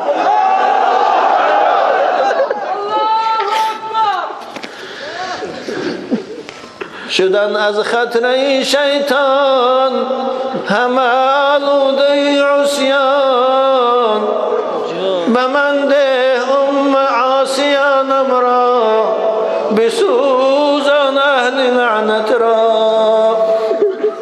همه آلوده شد در فتنه آخر زمان یا رب، همه آلوده شد در فتنه آخر زمان یا رب، کشا بر رویشان از کرم باب سلامت را.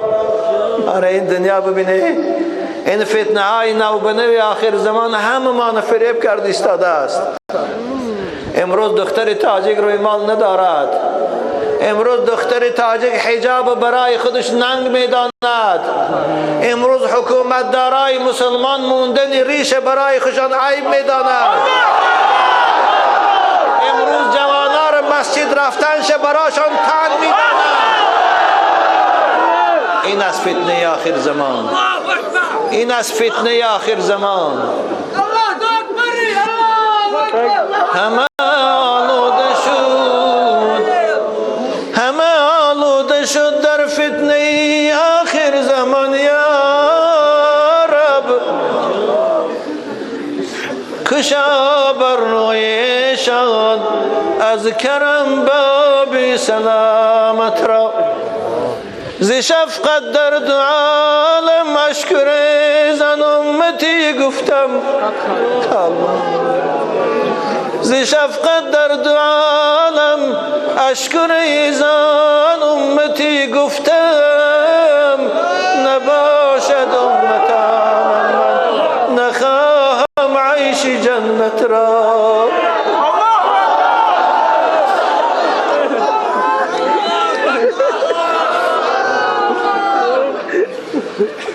نباشد امتانم من نخواهم عیش جنت را. ببینید پیغمبر حبیب خدا از خدا طلب دارد که اگر این امتام، این عاشقای محمدی را، این شما عزیزان همراه او نباشه جنت نمیرد.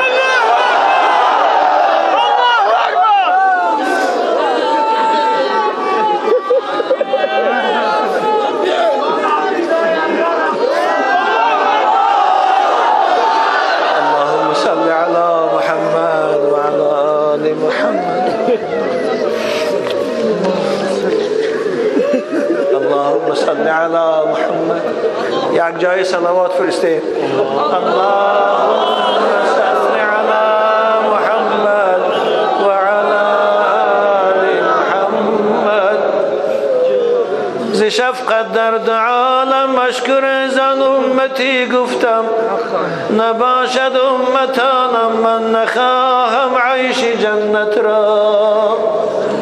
نبردارم سر از سجده نبخشی امتانم را. ببینه ارفع رأسک وسل تعته واشفع تشفع.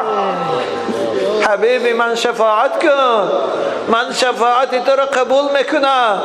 حبیبی من بپرس هرچی میپرسی، من خواهش تو را اجرا میکنم. نبردارم سر سجده نبخشی امتانم را. عطا کردی زی اول در دلم مهر شفاعت را. یا الله وقتی که پیغمبر خدا این مناجاتی باسوز و گدازه در پیشگاه با عظمتی پروردگار میکند، خداوند یا الله ندا میکند یا محمد صلی الله علیه و ادخل الجنة من امتك من لا حساب عليه من باب الأيمن وهم شركاء الناس فيما سوى ذلك من أبواب الجنة فوالذي نفسي بيده وإن مصراعين من مساريع أبواب الجنة كما بين مكة وحمير. رواه مسلم. حضرت گفتند پروردگار با من گفته حبیبی من خیز از بین امتات کسانی را که من اونها را حساب نمیگیرم، کسانی را که من اونها را مرافعی سودیشان نمیبرم، از دروازه راست بهشت درار. البته اینا اولیاءها هستند، اینها مجاهدا هستند، اینها عالما هستند، اینها جانسپاران محمد و دین محمدند. اونها در حساب نیست، اونها را جنت در ما اینها را حساب نمی کنم به شفاعت تو. ادخل الجنه، این روایت مسلم است. این حدیث صحیح از عزیزان من. ادخل الجنة من امتك من لا حساب علیه من باب الایمن، از دروازه طرف راست. باقی مانده امتای گناهگار من شما را چی؟ کسانی که عمر در غفلت گذرانیدیم، کسانی که به پروایانه گناه کردیم، اونها را هم پیغمبر شفاعت میکنه، به شرطی که ایمان داشته باشند، به شرطی که موافق به ایمانشان عمل کردند. مثل من شما بار نماز هم میخوانه، لیکن گاه شیطان فریب میکنه بعضی گناه رو میروید. پیغمبر خدا را خدا چه میگفته؟ و هم شرکاء الناس، اینها باقی مانده امتای پیغمبرای دیگر قدی از دروازه های دیگری جنت در آمدن گیرند.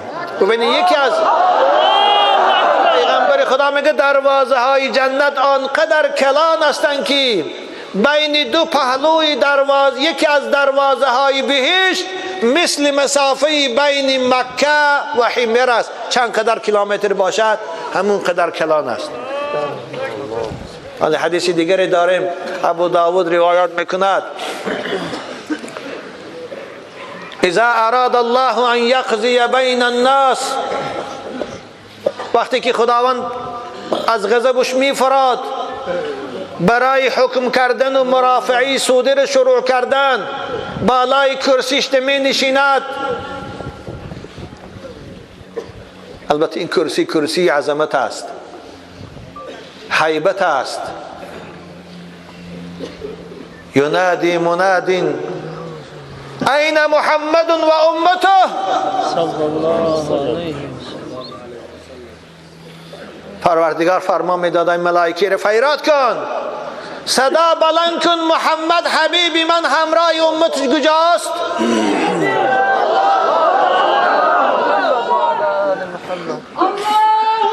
رسول خدا چی گفتند؟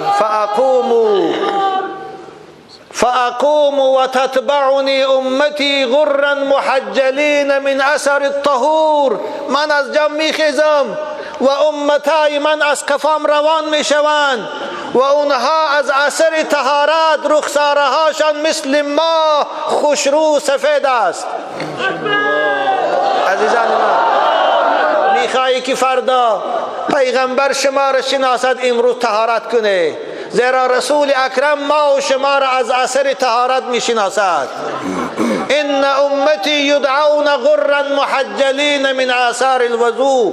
شاید کسی سوال کند و این سوال هم در زمان پیغمبر شده بود که یا رسول الله در این بین تریلیون ها انسان شما امتتان از چی میشناسه؟ رسول اکرم گفتند من امت ما از اثر طهارتشان میشناسم، روحاشان چون ماه زیباست، دستاشان چون ماه روشن است. از اثر طهارت میشناسم، از آثار وضو میشناسم. این حدیث هم حضرت گفتند فمن استطاع منکم ان یطیل غرته فلیفعل. کسانی که نماز نمیخوانند وای به حال اونها، کسانی که طهارت نمیکنند وای به حال اونها. یا الله، حضرت چی گفتند؟ فنحن الاخرون الاولون و اول من یحاسب و ان الامه تفرق لنا الطريق فتقول الامم کادت الامه یکونوا انبیاء. وقتی که من همراه با امتم روان بشوم مردم راه کشادن میگیرن، مثل که یک آدمی کلام میبیاد دو طرف راه را کشادن میگیرن، رفتن میگیرن. همراه امتم من در بین دیگر امتها گذشتن میگیرم، اونها راه برای من و امتم میکشایند، زیرا اول کسی که بهش میدرا این محمد است و امت محمد.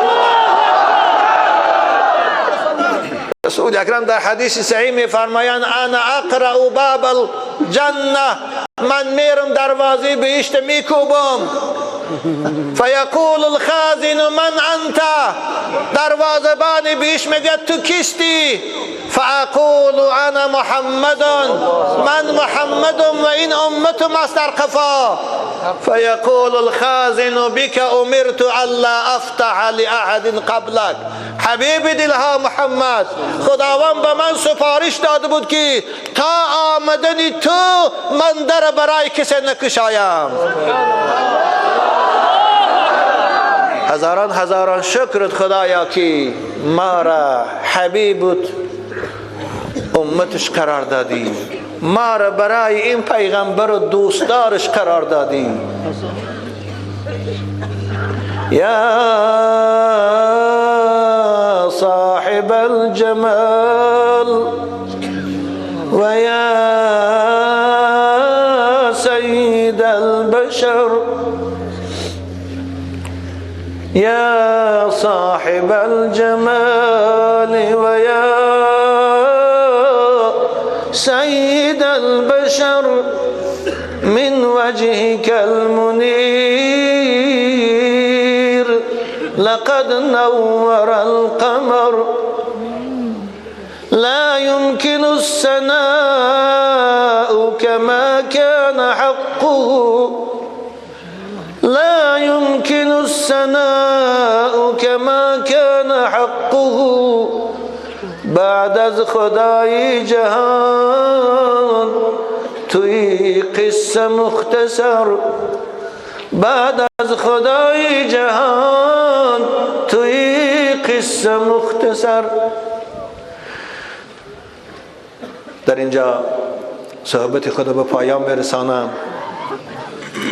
و از همه شما عاشقان محمدی و بندگان خدا خواهش میکنم بار دیگر یک جایه با رسول بزرگوار صلوات فرستیم. اللهم صل علی محمد و علی آل محمد. اکنون مولود رسول اکرم تبرکاً دو بند عربی و دو نظم فارسی بلبلای قرآن میخوانند. خوب کلامت فاتم خونو خورده باشه، میتونی راستا خیزی در وقت مولود باقی ندارد. اگه من راست شوید در زمینم خنک است. انشاءالله بعد از خواندن مولود باز دعا میکنم و در وقت دعا انشاءالله آمین گویید و در وقت دعای من هرچی در دلاتان آرزو دارید از خدا پرسید. انشاءالله این لحظه لحظه اجابت دعاست، این لحظه لحظه مباهات پروردگار بر ملائکه هاش است. والله امروز خداوند این ساعت از حضور شما، از آب دیده های شما، از محبت و عشق شما بر ملائکه هاش مباهات دارد. امروز روح حبیب خدا محمد از شما عاشقانش خرسند و خوشحال است. توجه کنه مولود میخوانیم و دعا میکنیم.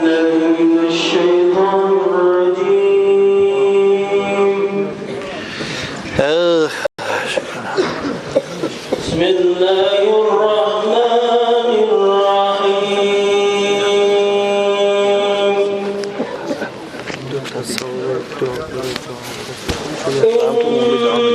إن الله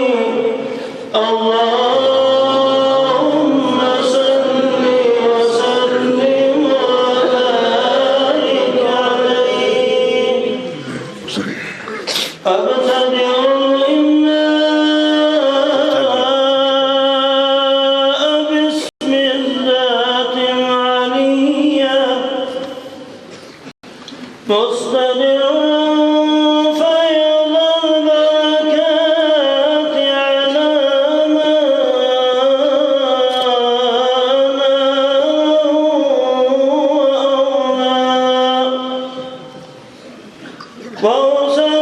وأصلي بحمد مائده سائغة هنية منصفيا من الشكر الجميل مطايا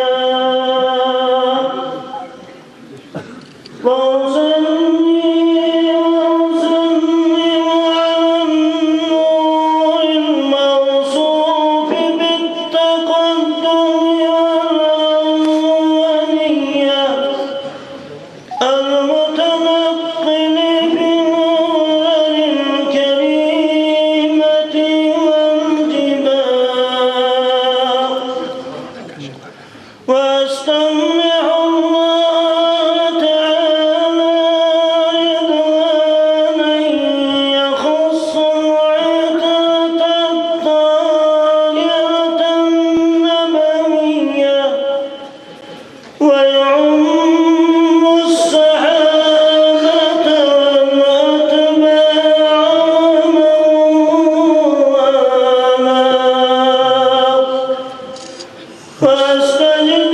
واستجديه هداية لسلوك الصبر الواضحة الجلية وحفظا من الواد في خطط الخطأ وخطاه وانشر من قصة المولد النبوي برودا حسانا عبقريا نادما من النسب الشريف عقدا تحلى المسامع